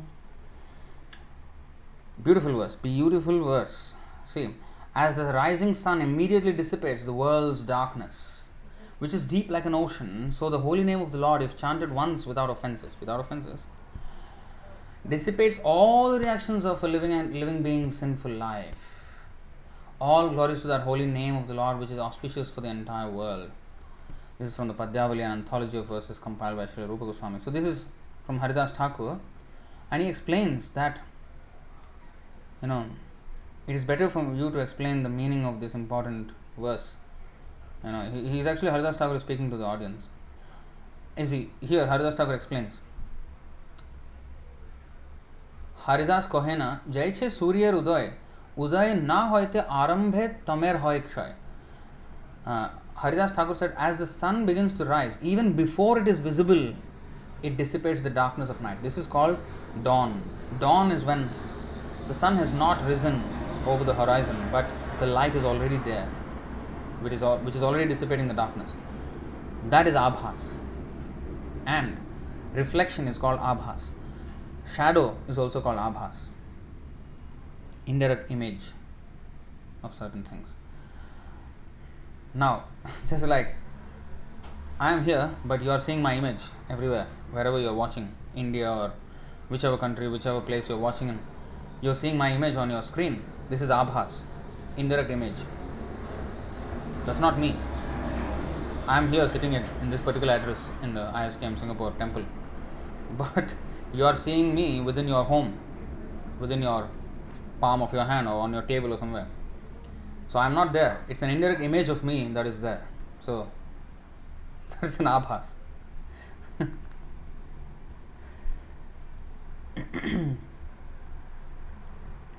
So abhas means a faint light or indirect image. It is of two types, reflected light and obstructed light. This is important. Reflected light and obstructed light. So obstructed light is also abhas, either by the clouds and mist, or by just because it is beneath the horizon and then the earth itself is obstructing our view. And reflected light. So let's read on. Similarly, there are two types of faint faith, just like there are two types of faint light. Reflected or distorted faith. Wow, this is so technical, so technical. This is beautiful descriptions. So, reflected or distorted faith and shadow or partial faith. Okay, so reflected or distorted faith is one thing, and partial or shadow faith is another thing. From partial faith comes dim Nāmābhāsa, which eventually develops into the pure name and love of God. This is classed as actual Nāmābhāsa.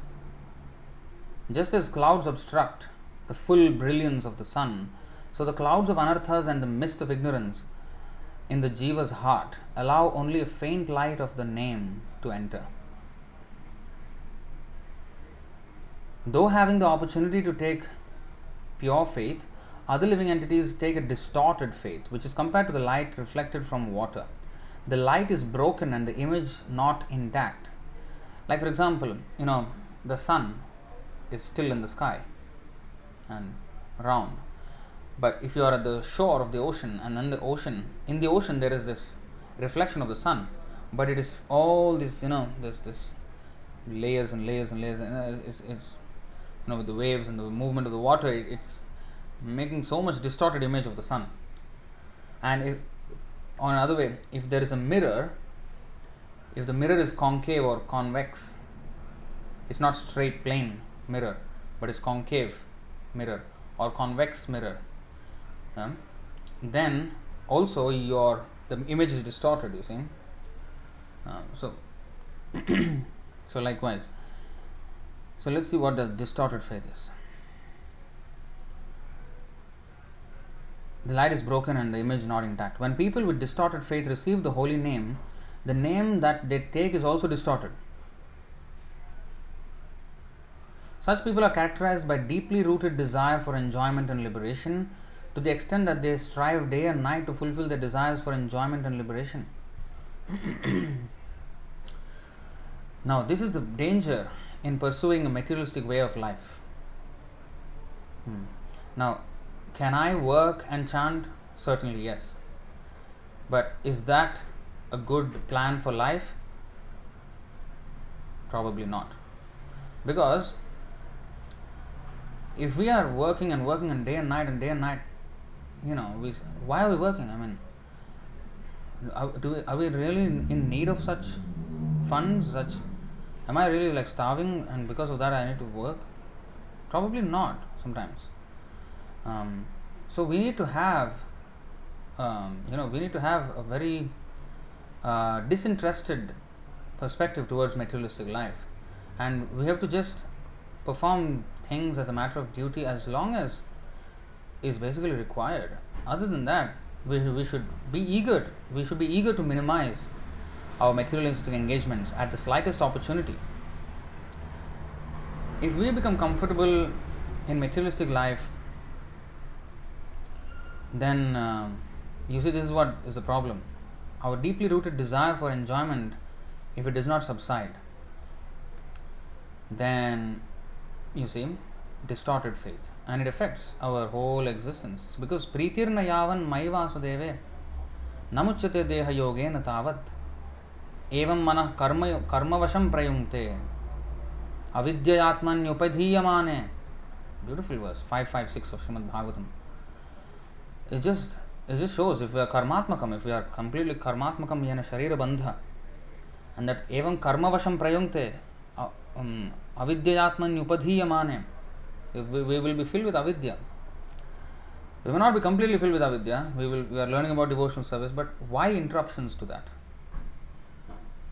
You see, we should question. At every progressive step, we should question. We should always evaluate our, our activity and what we really want to achieve in life. If we want Krishna Prema, then we should progressively refrain from engaging too much in this material world. It is not possible overnight, I can understand.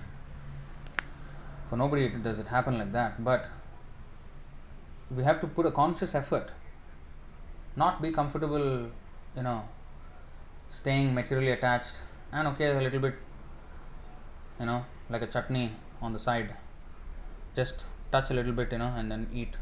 So just touching this holy name, touching this Krishna consciousness, it's not sufficient. It's good for a start, we don't say no.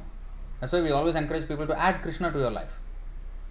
Add Krishna to your life. Whatever you have, garbage, never mind, you add Krishna to your life. But then as you progress, remove all the last traces of garbage in your life, and only Krishna should be in your life. Subtract everything other than Krishna. You should progress to that. Otherwise, we are being stagnant, and eventually will fall down. Therefore, it is said here, in this verse in the Srimad Bhagavatam, Neha yat karma dharmaya na viragaya kalpate na tirthapada sevaya jivannapi mrito hi saha. 3:23-56 Srimad Bhagavatam. Anyone whose work is not meant to elevate him to religious life. It means he is working but he is not elevating to religious life, or is not using his work to elevate to religious life. He is stagnant. And anyone whose ritualistic performances do not raise him to renunciation. One class of person is he who is working in this world and not using that work to elevate himself to religious life. How to use work to elevate into religious life? Okay, there are many ways. First, the salary that we get from such work, we can give to Krishna. 50% of it. That's the gold standard. We should try as much as possible for that, towards that. We may say, oh, practically it's not possible. It is possible if we request Krishna for the intelligence. Then he will give us the intelligence how to do it. So anyway, so 50%. So salary is one thing. And when I'm working, I will have some connections because of my work. Some people who I know can do this service for the temple, for this service to Krishna, this service to the preaching mission. I can connect those people and then engage them, bring them up. Or I may have certain influence. When I say something, it will have some effect. Like maybe some people will listen to me because of maybe my position in the workplace or my reputation in general in the society for some reason, whatever. Yadyad acharati shreshthas tattadevetaro janah. So I should use that. So I should use my whatever is already I have and I'm stuck in it. Okay, use that to elevate to the next stage, religious life. And once one has come to religious life, he should not, again, you see, anyone whose ritualistic performances do not raise him to renunciation. So yes, okay, now I'm following religiously, but then that should lead to renunciation. If it's not happening, then I'm again stagnant at that point. I'm having this terraced, I'm not advancing straight. I'm either stagnant here or going to the next step and getting stagnant there, or a person may be even renounced, you see, and anyone situated in renunciation and that does not lead him to devotional service to the Supreme Personality of Godhead must be considered dead, although he is breathing, because he is stagnant. A dead person does not move. So a person who is not moving on to the next stage, from karma to dharma, from dharma to vairagya, from vairagya to bhakti, seva. If that is not happening progressively, then you are becoming stagnant in that place. Then spiritually you become dead. And we will lack enthusiasm, and eventually we will slide downward. Instead of climbing upward, we will slide down. These risks are there, you see.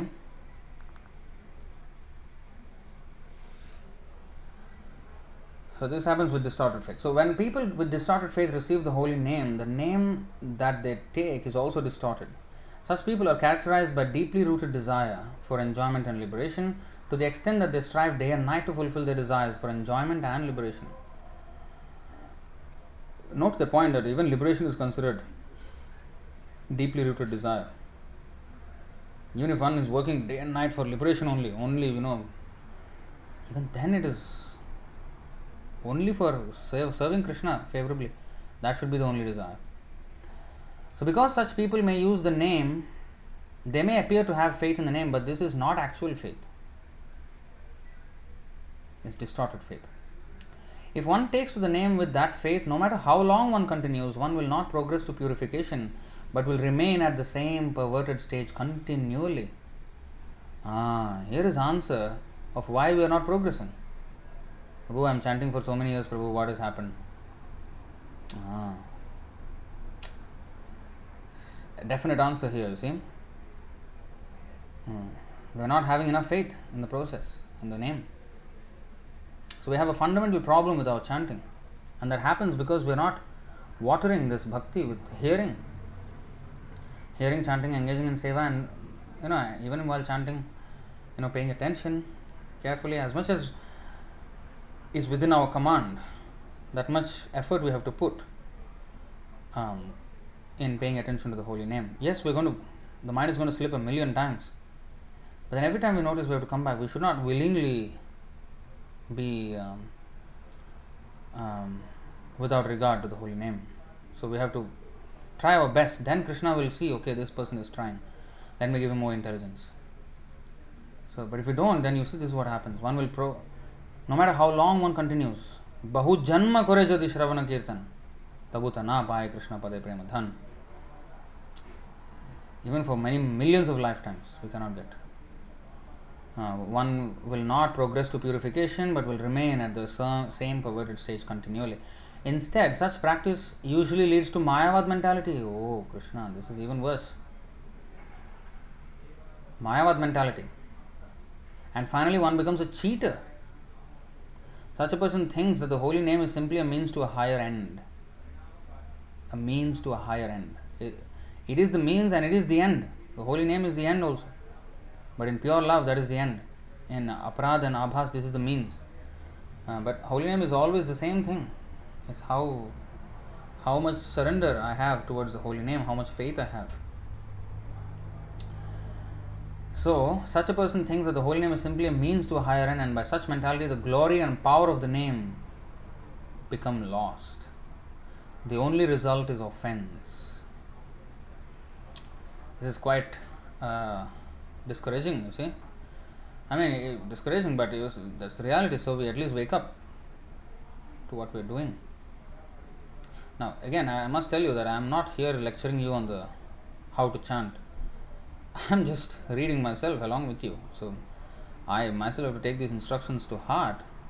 So, I am not in any way trying to be holier than thou by teaching everyone how to chant or what. It's just that I myself have to reflect on all these things and correct myself. Everyone has to do it for themselves, and we are taking instruction from Śrīla Bhaktivinoda Ṭhākura, Haridāsa Ṭhākura, Caitanya Mahāprabhu here. That's what we are actually doing here for our own purification. Here is the difference between the real Nāmābhāsa, where due to obstruction, the effects of the name are felt faintly, and distorted Nāmābhāsa. In real Nāmābhāsa, many anarthas may be generated out of ignorance and weakness of heart, but all these effects can be cleared by continual chanting of the name. However, in distorted Nāmābhāsa, born from cheating knowledge, offenses simply increase. Oh wow, this is even more technical, more profound. This is not called Nāmābhāsa but Nama Aparad. Wow, this is so good description. Again, let's read that, you see. Here is the difference between real Nāmābhāsa, where due to obstruction the effects of the name are felt faintly, and distorted Nāmābhāsa. In real Nāmābhāsa, many anarthas may be generated out of ignorance and weakness of heart, but all these effects can be cleared by continual chanting of the name. However, in distorted Nāmābhāsa, born from cheating knowledge, offenses simply increase. This is not called Nāmābhāsa but Nama Aparad. Wow. So this is why we have to take it seriously, the whole process. The Mayavadis consider Krishna, his name, form, Leela and qualities to be false and perishable. On this ground, they will never receive love of God, for such a path leads in the opposite direction from the path of devotional service or bhakti. You see, because even Gandhi also, he thought, oh, this Leela is all false. Kurukshetra war is just an imagination. Aparad. Thus, there can be no real compromise between the two paths. The Mayavad philosophy is considered the enemy of bhakti. See, there can be no real compromise between the two paths. Not that, I give some Mayavad motivational talk and then I say this is Krishna Bhakti, I am actually bringing them first and then slowly I will make them devotee. And because of me they are buying Bhagavad Gitas and I cannot compromise, whatever it is. Yeah. We have to learn the art of telling the truth and selling the books. Because even if they buy the books out of a falsity, they will not take it with the right spirit also. Then when they read the book, it is something else than what the speaker said. I like what the speaker said. This book, what it is saying. Or if they really read the book, they will get confused. Why this book is saying one thing, he is saying another thing. Or maybe they'll read the book and say, oh, this is how to apply. Well, like what he is speaking, and that's how to apply this book in practical life. So in all cases, it's going to be a distorted effect of reading. That's why we cannot compromise between Mayavad and Bhakti. Our presentation of Krishna consciousness must be as it is, without the slightest compromise. Otherwise, we think we are doing something good, but actually we are doing complete disservice.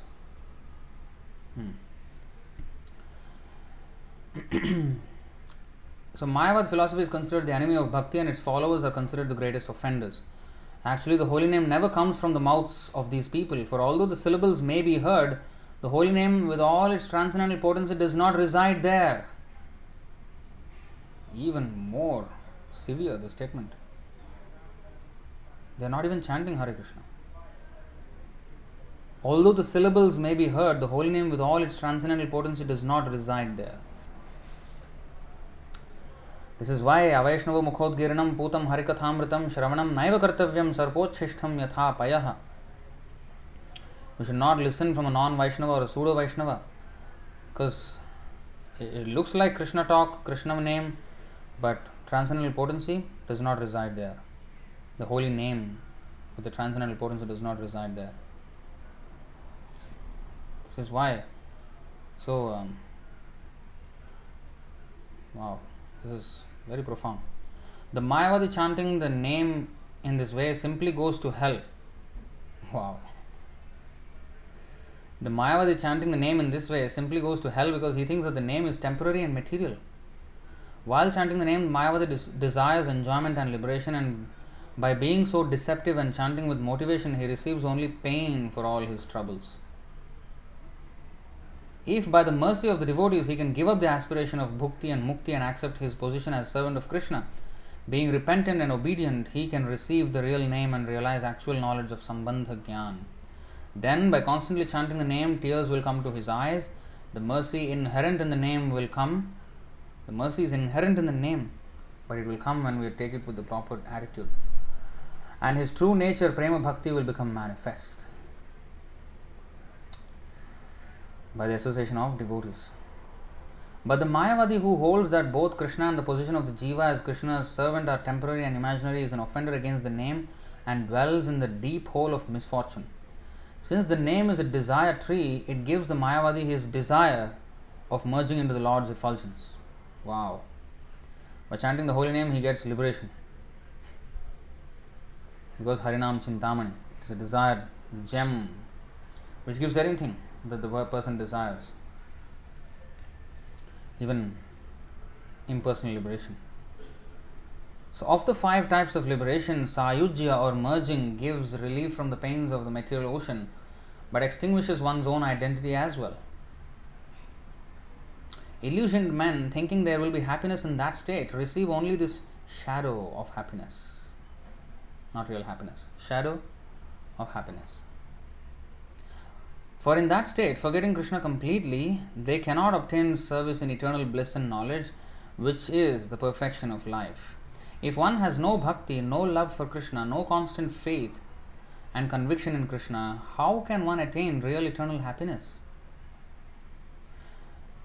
So we are not only condemning that Mayavadi, who does not. Let us evaluate ourselves against these statements. Let us place ourselves in juxtaposition to these statements and see where we stand.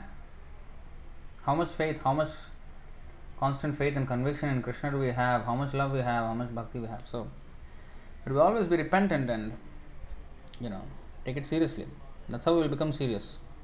If we think we are already there, we will not be serious about it. If we know that we are not there and we need to get there at any cost, then we will become serious about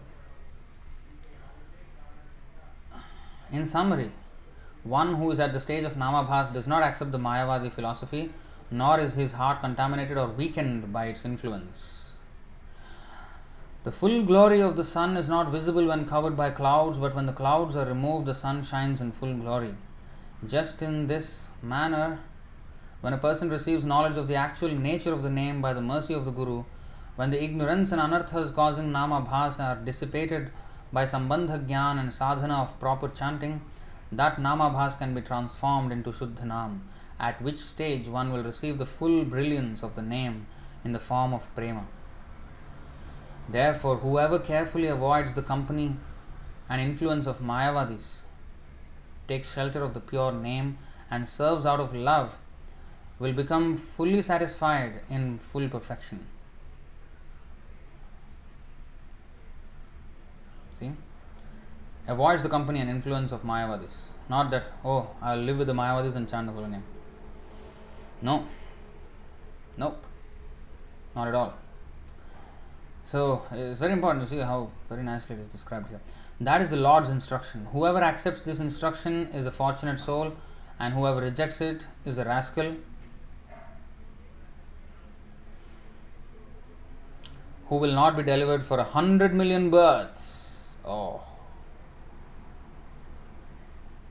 Not one birth, not two births. 100 million births. To state it in another way, one should simply give up bad association and take shelter of Lord Chaitanya's lotus feet. Other than Mahaprabhu's feet, other than his mercy, there is no way. Thus did Haridāsa Thakur conclude his explanation of Nāmābhāsa. One who takes shelter at the two lotus feet of Haridāsa will sing incessantly his glorification of the name entitled Harināma Cintāmaṇi.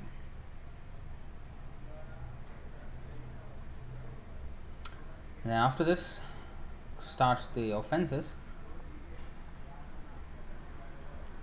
and the first offence is the blasphemy against the Vaishnavas. So this is where we'll end today's session, and I'll take any questions. But you see, even the fourth chapter is quite long. Quite long.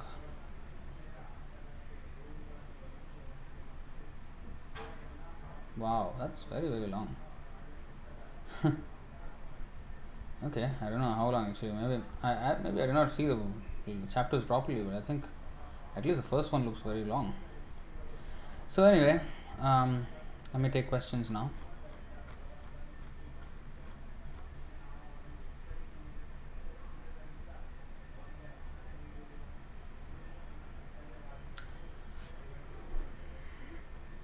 Let's take the questions. Let's see. Okay, Divya Mataji is asking, Hare Krishna Prabhuji, on the instruction of Srila Prabhupada, Jayapataka Goswami has overseen the construction work of Mayapur temple from the empty land with grass and cobra. This powerfulness has also came from Krishna, but now it seems only for material opulence, less spirituality. What's the significance of this powerfulness? See, as long as we follow the order of the spiritual master, there will be result. You see? Of course, if we use it for material things, it becomes again, materialistic.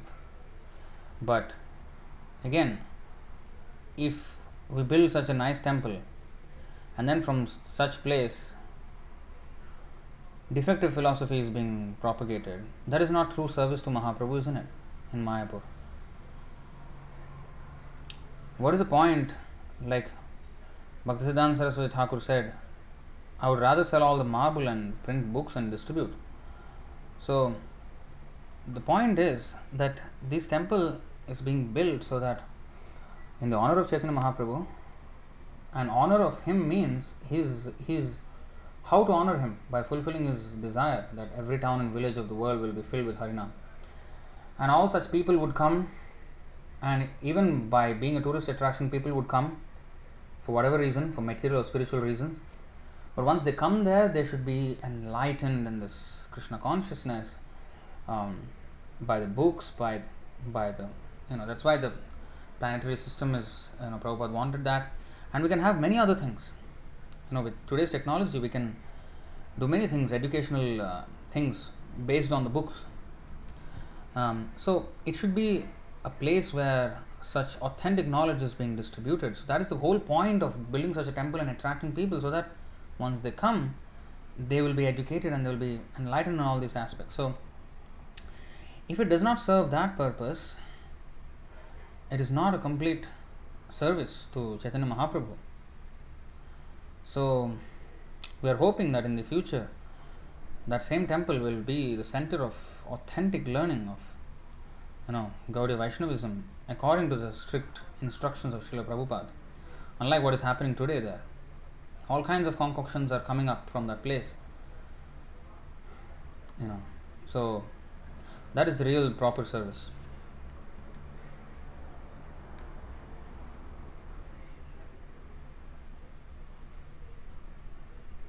I think this Narottam Das Thakur's song Anya Abhilasha Chadi should learn, and we should have some kind of studying Vaishnava songs version of it. Episode of it. I think all kinds of Abhilash, even to the point of Abhilash of even going to Tirthayatra. I think that song is quite profound. I haven't looked at the song though. I can just imagine that even Tirthayatra is considered a Manir Brahma.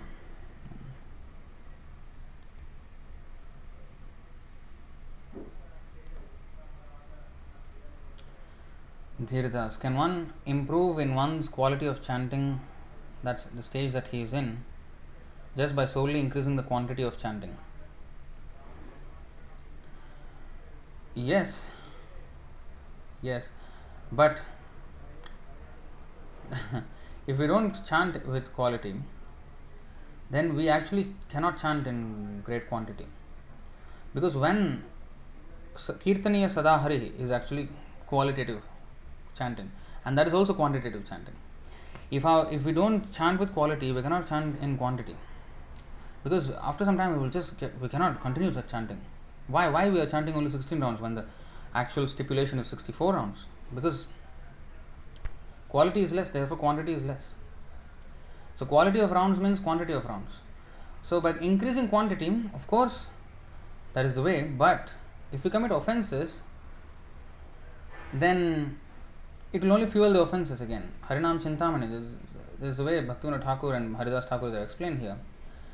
It will award anything, just like Krishna awards everything to the materialist. Okay, he awards the suitable body to him, suitable intelligence to him, to do stupid things in this material world. And for the intelligent person, he will give intelligent guidance to reach him. So he is guiding everyone. So just as Krishna is like the Cintāmaṇi, fulfilling everyone's desire. Eko yo bahunam vidadhati kāmān. So the holy name also will fulfill everyone's desire. So we have to, if we want to chant Kirtaniya Sadahari, then we have to have the attitude of Trinadapi Sunichena, Tarorapi Saishnuna, Amanina Manadena, Kirtaniya Sadahari. So to come to that stage, we have to follow the whole process. Starts with accepting a guru and get the Sambandha Gyan thoroughly, and then engage in Abhidheya.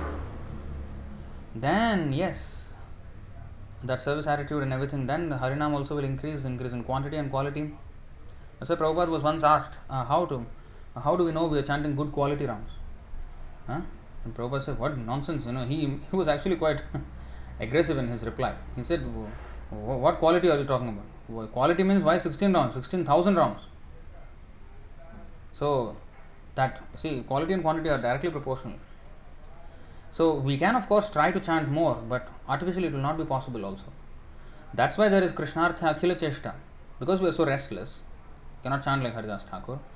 Therefore there are so many services like selling books and painting for Krishna and cooking for Krishna and managing temple. So many services we have, a whole range of services to engage all our restless senses in his service. So by rendering service and fulfilling the order of the spiritual master, gradually we will become more and more settled in our, advancement, and slowly the quality will improve, and the quantity also will automatically improve. So it's mutually related, quantity and quality. Then Shreya. If someone does wrong and then does devotion, so is his wrongdoing will be forgiven? Yes, but not if he does devotional service primarily to nullify or neutralize his wrongdoing. That is namna balad yasya hi papa buddhi. Natasya yamair hi shuddhi. He will not get purified like that if he does it solely for that purpose. But unintentional sins and something for which he really repents, yes, he will be forgiven. But the only atonement should be the holy name again, and one should not take to any other process than devotional service for such atonement. And there is a verse like that in the 11th canto of Bhagavatam. I don't know if I can remember it correctly.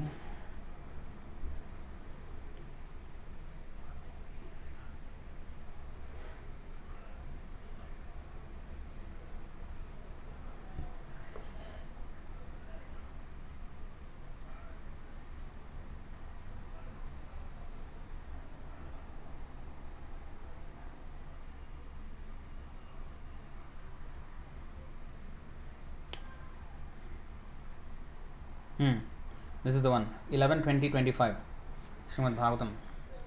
Yadi kuryat pramadena yogi karma vigarhitam yogenaiva dahedam ho nanyat tatra kadachana. If, because of momentary inattention, a yogi accidentally commits an abominable activity, then by the very practice of yoga he should burn to ashes the sinful reaction without at any time employing any other procedure. Now, so that answers your question. So if someone does wrong and then does devotion, so his wrongdoing will be forgiven, provided he has to be repentant.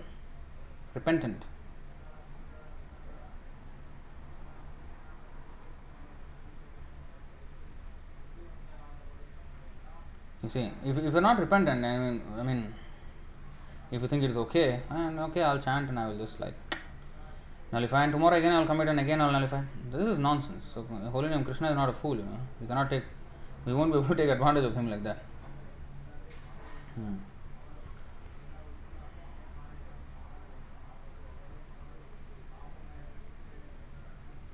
Actually, let me show you some other verses. Of course, actually, right. The two verses here, 11:20-27. Jata shraddho mat kathasu nirvinnah sarvakarmasu veda dukkhatmakan kaman parityage pyanishvarah tato bhajeta mam pritah shraddhalur dridha nischayah jushamanascha tan kaman dukkho darkamscha garhayan. See, repenting, garhayan. This is important. Having awakened faith in the narrations of my glories, being disgusted with all material activities, knowing that all sense gratification leads to misery, but still being unable to renounce all sense enjoyment, my devotee should remain happy and worship me with great faith and conviction. Even though he is sometimes engaged in sense enjoyment, my devotee knows that all such sense gratification leads to a miserable result, and he sincerely repents such activities. So this is what will actually purify, that repentant heart. Atapyamana hridaye vashitam namami. So it is stated in 3:31-13 of Srimad Bhagavatam. In the repentant heart, the Lord is perceived. So, the Lord is very merciful. He will certainly excuse our offenses, provided we are sincere. Again, we cannot have the deceitful mentality of making use of the Lord and engaging in continual sinful activity. Krishna is not a fool. The holy name is not a fool. Svapadamulam bhajatah priyasya tyaktanya bhavasya harih pareshah vikarmayachotpatitam kathanchid dhunoti sarvam hridi sannivishtaha. One who has thus given up all other engagements and has taken full shelter at the lotus feet of Hari, the Supreme Personality of Godhead, is very dear to the Lord. Indeed, if such a surrendered soul accidentally commits some sinful activity, the Supreme Personality of Godhead, who is seated within everyone's heart, immediately takes away the reaction to such sin.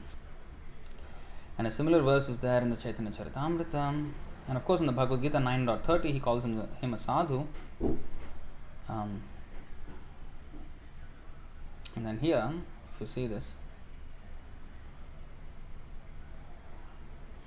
Bhrityasya pashyati gurun api naparadhan sevam managapi kritam bahudhabhyupaiti avishkaroti pishuneshvapi nabhyasuyam shilena nirmalamate purushottamoyam. The Supreme Personality of Godhead, who is known as Purushottama, the greatest of all persons, has a pure mind. he is so gentle that even if his servant is implicated in a great offense, he does not take it very seriously. Indeed, if his servant renders some small service, the Lord accepts it as being very great. Sevam managapi kritam bahudhabhyupaiti. Managapi means very little also, even if you perform. Bahudha abhyupaiti. He considers it as very great. Even if an envious person blasphemes the Lord never manifests anger against him. Such are his great qualities. So, these are the verses that will answer your question. Himanshu. Because, as Srila Prabhupada had said when he was proving prophecy of Srila Bhaktivinoda Thakur right, by bringing devotees from all over the world to Sridham Mayapur and they were dancing on Jai Satchidanandanam. So when one devotee thanks Prabhupada for bringing them here in Dham, so Prabhupada said, this is your original and eternal home. You preach in the West and recharge by coming in Dhams. It will even boost our preaching. Yes, true. When we go back and remind ourselves of all these places of pastimes, and it will surcharge us. Oh, there's such glory in this place. Such philosophy is there behind this place, and this should be known to the whole world. Just like, if there's a tourist location, if it's such a beautiful place, you'll take photographs and everything, and maybe there is even a like an architectural site or something like that, like a tourist location. Oh, there is a history of this place. The tourist department immediately brings out the whole story of the place and the history of the place, and then the photos of that place and everything, and broadcast it everywhere, and then advertise everybody to come there and to advance its tourism. Similarly, if the Vrindavan is such a great place, it's an embassy of the spiritual world, in fact, non-different from the spiritual world. And the spiritual world means all of this super excellent philosophy and the super excellent pastimes of the Lord and all that comes with it. So that has to be known everywhere. And with that, we'll be even more enriched in our enthusiasm to preach about Krishna. Aradhyo Bhagavan Vrajesha Tanayas Tadhama Vrindavanam. So that is definitely an effect of going to the holy places. So, but my point was that Narottam Das Thakur's point was that ultimately, the holy name is so powerful that all these things fade in comparison to Nāmābhāsa chanting, even not even Shuddhanam, Nāmābhāsa chanting.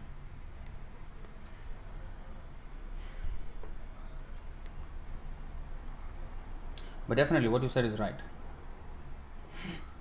That's what it usually drives me. When I go to the holy places, I like it all, but then it just gives me more fire to go back and preach, and I feel something lack that I'm not preaching. I'm just seeing all these holy places.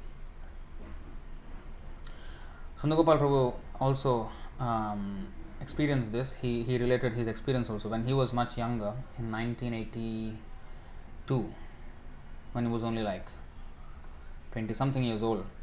So he went to Badrinath at the time, and he was there sitting in the holy place, and after a few minutes he felt like, what am I doing here? No seva, nothing. He was just sitting like Brahman, just sitting and doing nothing. So I might as well go to like Prahlad Maharaj said, I don't want to go and sit in the Himalayas and then enjoy that peacefulness of the dham, or or perform rigorous penances for my own purification, but let me go to that city and preach. So that the mood of preaching is greater than being satisfied in a holy place. Take all the trouble, and to find bliss in such an activity, that is much higher than being satisfied in a holy. It's not the one is not satisfied in a holy place, but it's just a devotee will want to do service ultimately, because even Brahman, impersonal Brahman, is the personal effulgence of the Lord. It's a personal light coming from the Lord, but no service. So devotees are the least interested in that. So in that mood, we're not against the holy places, of course not. Priyanka Sharma, what is this? Prabhu, where was Srimad Bhagavatam spoken? Naimisharanya by, Suta Goswami to the sages at Naimisharanya. But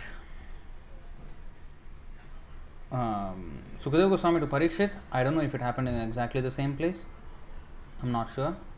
But it was on the bank of the Ganga. But Naimisharanya, Suta Goswami to the sages at Naimisharanya, headed by Shaunaka Rishi.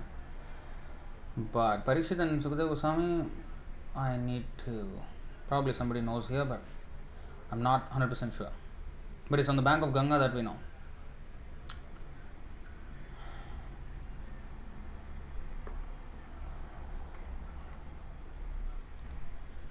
Prabhu, my question is, which mukti do a person get? Does a person get in when he chants the name of Lord while leaving the body unintentionally, so he doesn't get, because we can see that the love of God is not developed. Also, what does liberated means? Does it mean mukti or going back to spiritual world? It all depends. So mukti, as we know, if it is a Nāmābhāsa, then we cannot enter Vaikuntha Loka. We can go until the border of Vaikuntha Loka, it is said, right? So whoever is dreaming that, I will chant 16 rounds and I am going back to Vaikuntha, bye bye material world, bye bye you rascals all in the material world, I am going back to Vaikuntha, I am not going anywhere, I am going to come back here again and be with the rascals and be a rascal myself. So we have to come out to not only to Nāmābhāsa but Shuddhanam stage only, and then only we will be going into Vaikuntha planets. Otherwise, until the border, no entry, get lost, immigration rejected, entry rejected. So Vaikuntha has also very strict immigration policies. Unless zero trace of material desire, nope, not admitted, not qualified, visa documentation incomplete, admission rejected, get back to the material world. So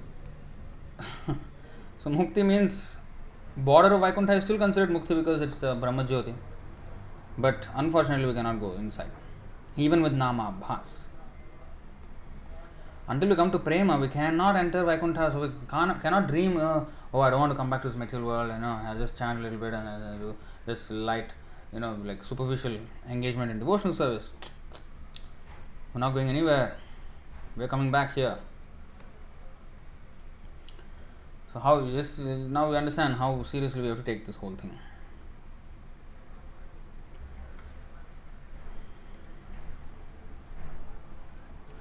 Hare Krishna Prabhu, ISKCON Bangalore set up a grand temple complex in Vrindavan Dham. That is Dham Aparad, or holy Dham offense. Is that we will cover in the Harināma Cintāmaṇi later, Prabhu?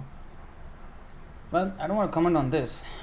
A temple in the holy place is, of course, there is some things that not skyscraper in Vrindavan. Some quotes they will bring them from Prabhupada. But, a temple in Vrindavan is always, a great project. Mayapur, well, did it? Can we have a high skyscraper building there? No, ultimately this is all, but there's a big building now there. So I wouldn't say it is Dham Aparad, no, not at all. It's to glorify the Lord they're doing that. But what we have concerns with is the kind of version of Krishna consciousness that they are presenting. Very, very much mixed up with karmakandiya procedures.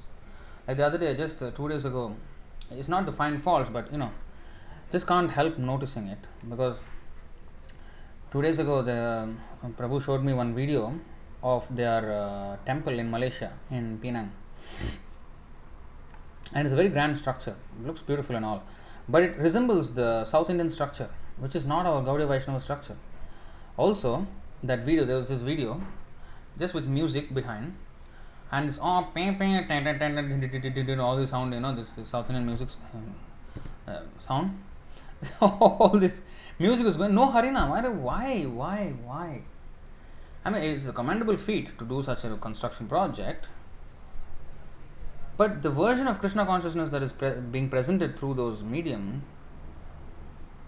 that is not Prabhupada flavor. That is not Gaudiya Vaishnava Sampradaya flavor. And we have to learn today distorted faith, and what is that? Ignorance, where one of the three ignorances, one considers demigods and Krishna all equal. Of course, they don't do that. Of course, they did some kind of demigod puja also in their. I have seen them doing arati for the demigods in the, what is it festival called? Brahmotsava. They have done all the Krishna worship, and then they have done arati for the demigods also. Of course, they may say they are worshipping them as devotees or whatever, but why? Prabhupada did not introduce any of these things. And this even Brahmotsava itself, it's not our flavor. So that's the kind of things we're against. And also there are dealings with the Vaishnavas. So they're also in following the Ritvik system, and like what Srila Prabhupada asked. But then why can't they cooperate with other Ritviks on a what is that, amicable basis? So these are the things we have against them, and they're mixing up mundane piety like food distribution and something which they did was that was completely out of line. Was this dream project, where they're fueling the dreams of these actors and chefs to go into acting schools and some hotels, and fulfilling their material dreams, fueling their careers, material careers. This is crap to the core. Okay, crap to the core from all angles. The other things, at least, they're like mixed. This is like complete nonsense. So these kind of unnecessary things are creeping in. So these things are what we're against. But if they do everything in properly, with Srila Prabhupada and center and all instructions, and follow our flavor of Sampradaya and present Sri Chaitanya Mahaprabhu as he is. So we don't feel their thing is as it is. So that's one gripe we have about them. I hope all this becomes good eventually, but at the current juncture and point in time, it's not looking that good. So I don't want to comment so much on they're doing dharma aparadha and all, but these are the things which are more, which are serious considerations to consider.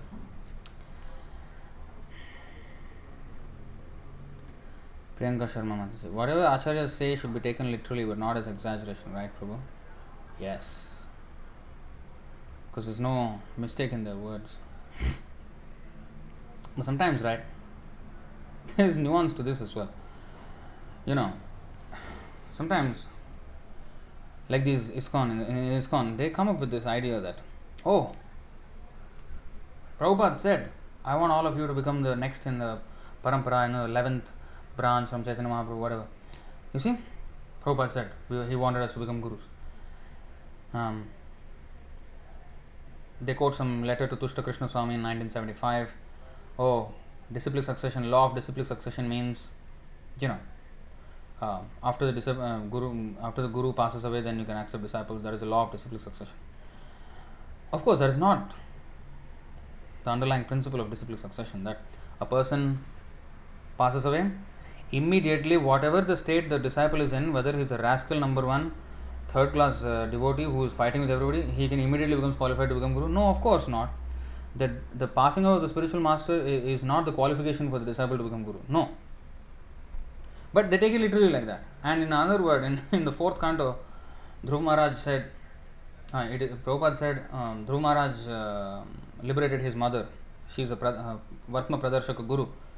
She showed him the path to Vishnu in the beginning.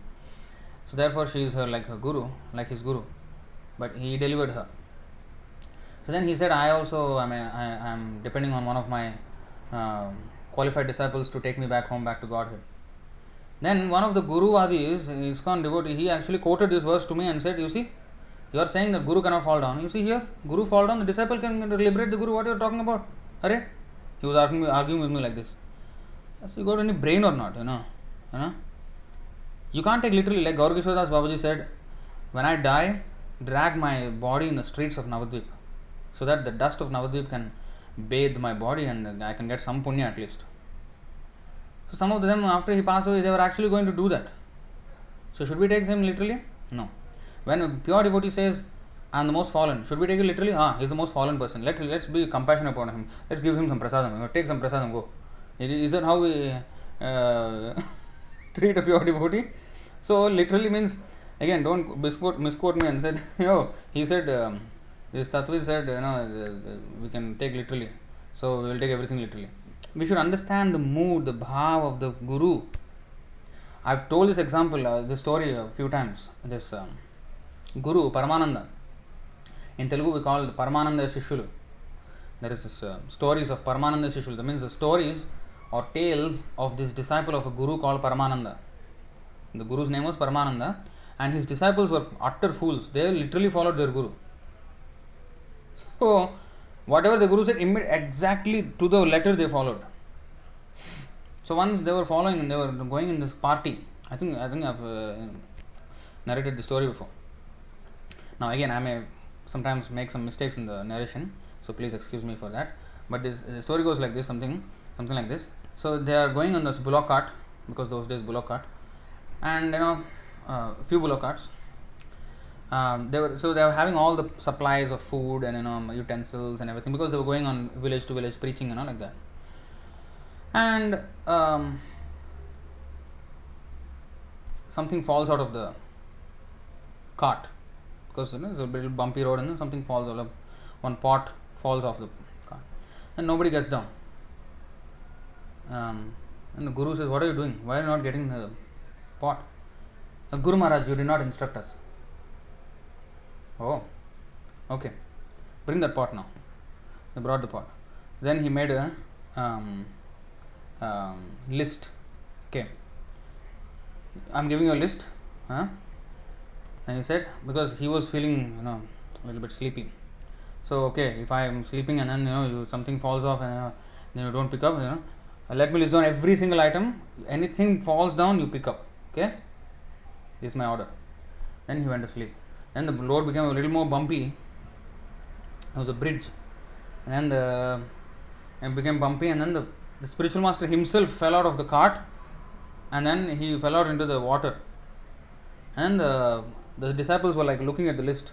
Oh, our spiritual master name is not there. Okay, he did not instruct us to lift him up when he falls down. Let's go. Hey, this Guru was like, hey, pick me up, yaar, pick me up. What are you doing? What nonsense disciples you are. So, literally following means it can come to this extreme, We have some extreme cases here in this. ISKCON and Ritvik, both sides. Because Prabhupada said one comma also you should not add. Yes, that is a principle. You should not edit to, a pure devotee's work. But to consider something edited as completely poison now. There is one comma extra here. This is poison. This book must be burnt. Arey, what is wrong with you? Stupid. That does not. So, to understand the Guru, you need some mercy. Basically, let me put it this way. If you have the Guru's mercy, you will understand what he is meaning.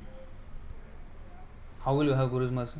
Follow him, be sincere. If you are sincere, then you will get the right understanding of what Srila Prabhupada means and how he handled. Like, for example, Easy Journey to Other Planets was a book. Is a book that we all know. Now, Hayagriva Prabhu, who was editing Prabhupada's books, and a lot of editing was done actually. Prabhupada, when he speaks on the dictaphone, he speaks like speaking. But when sometimes writing should be a little bit different, right? So it is all this editing is done, and Prabhupada approved of all such things. It's not that he's editing my words and I cannot. No, Prabhupada did that. He allowed that. But what this Hayagriva did was he took out some pages of the Easy Journey to Other Planets where the moon landing thing was described. And at one point, Prabhupada was having some conversation with somebody, some guest, and then he was talking against the moon landing thing, and then he asked the devotee to bring out the book and read from that. And then he was searching and the thing is not there. Where is this? No, this was taken out. And Prabhupada was very angry. How can he take out these pages from the book? Next edition, please bring it back.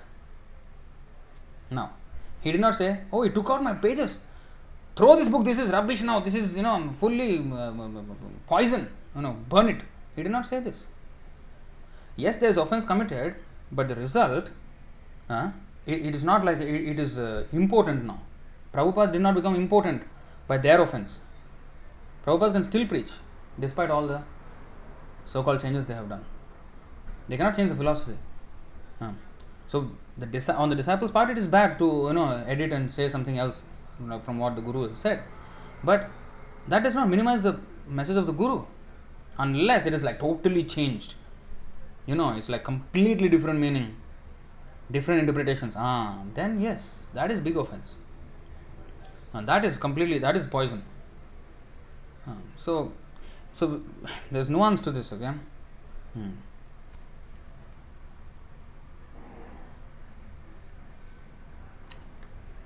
Okay, so where are we?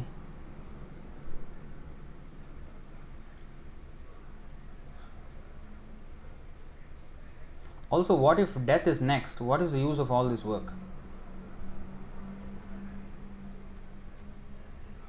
Yeah. So if we are engaged in karma and death is coming, so what is the use? So it should develop into dharma. Dharmo vittam nirnam pretya. The dharma, whatever religious thing we have done, that will be our asset in our next life. But if we don't do dharma, then the karma will be our debt that we will carry into our next life. Dharmo vittam nirnam pretya. But otherwise, karma. It's not vittam, it's a rini. It's a debt we have to pay. And we have to pay very dearly.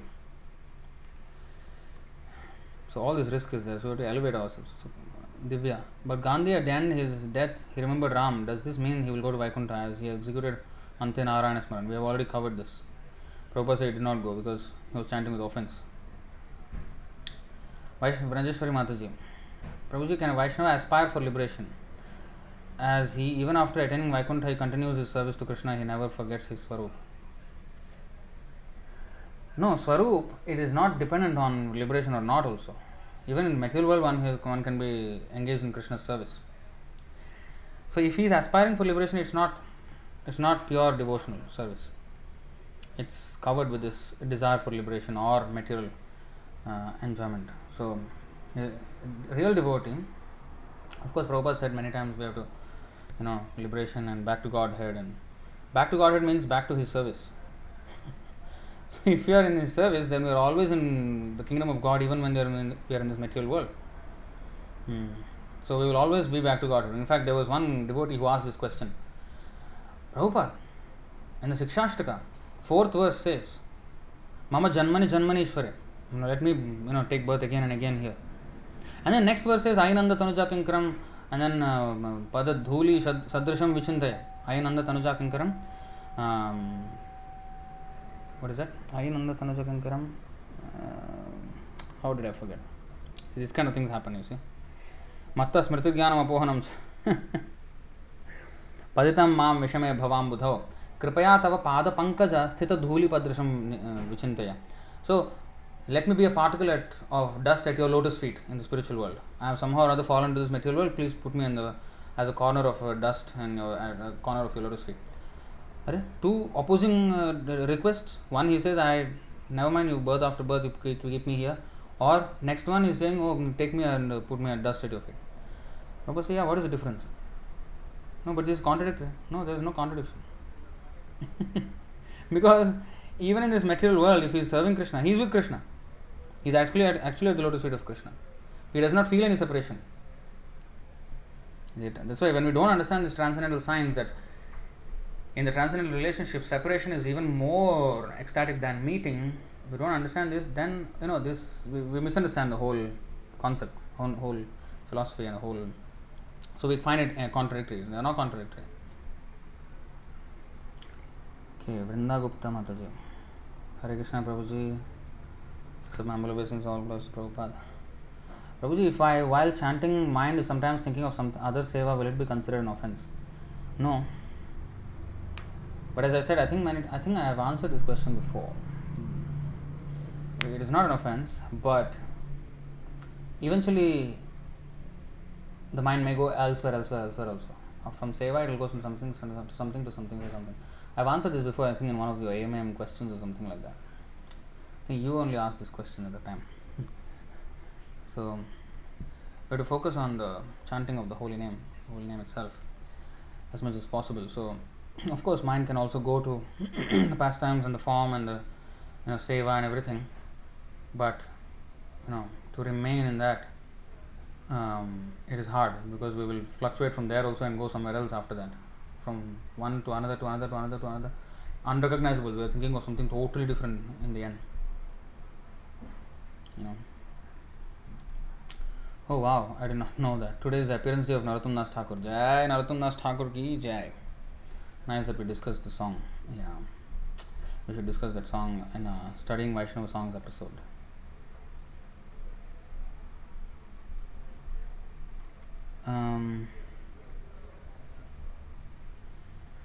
Shukratal is the place where Shukadeva Goswami narrated Srimad Bhagavatam to Maharaj Parikshit. It's in western UP. Now, you know what's the name of Shukratal? Tal. Okay. Shukratal. Oh, that's interesting. Western UP, Uttar Pradesh.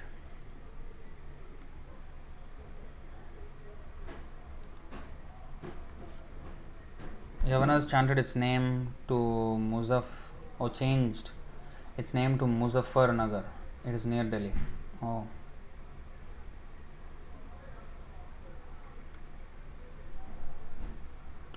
Priyanka Sharma Mataji. Prabhu, I mean when Acharyas say about beauty of Krishna because they had seen Krishna, and also what they say about the holy name. That is, yes.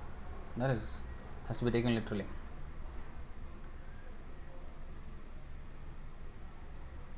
What is this? What is this? I don't know what link is this. Patitam Mam. What is that? I don't know.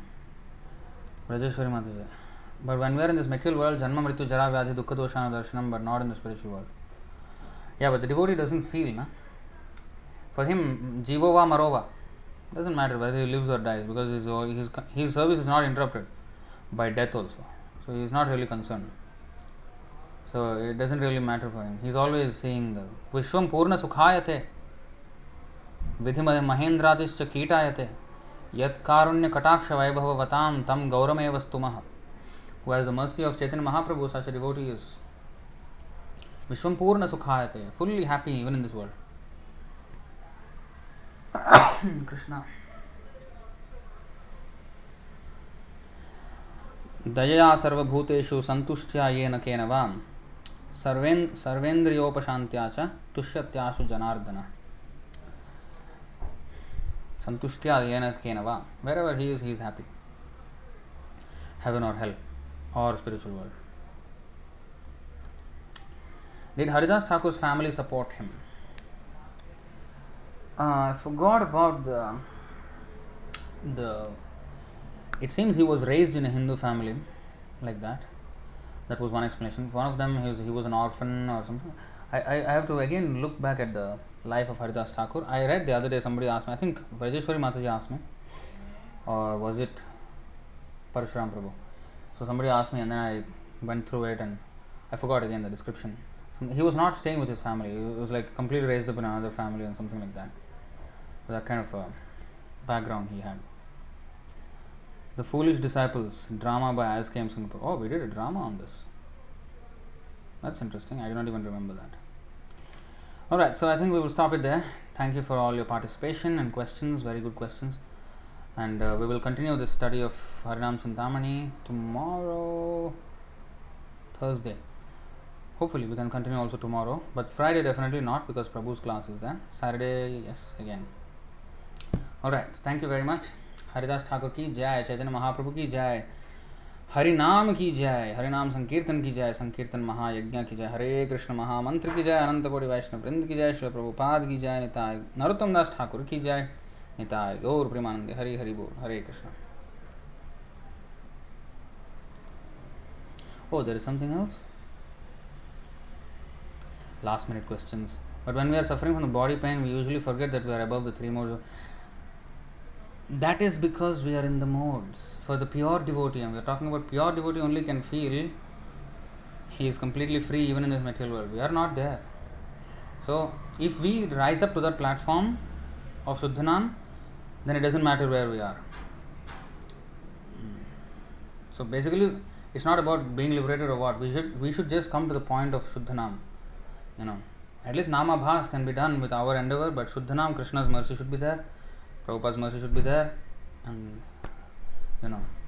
but Nāmābhāsa, that much effort we have to put. Of course, it is not going to happen overnight, but we have to be conscious and meditate on these instructions every now and then, and always, in fact, regularly, and conduct ourselves. Right? So, thank you very much. Hare Krishna.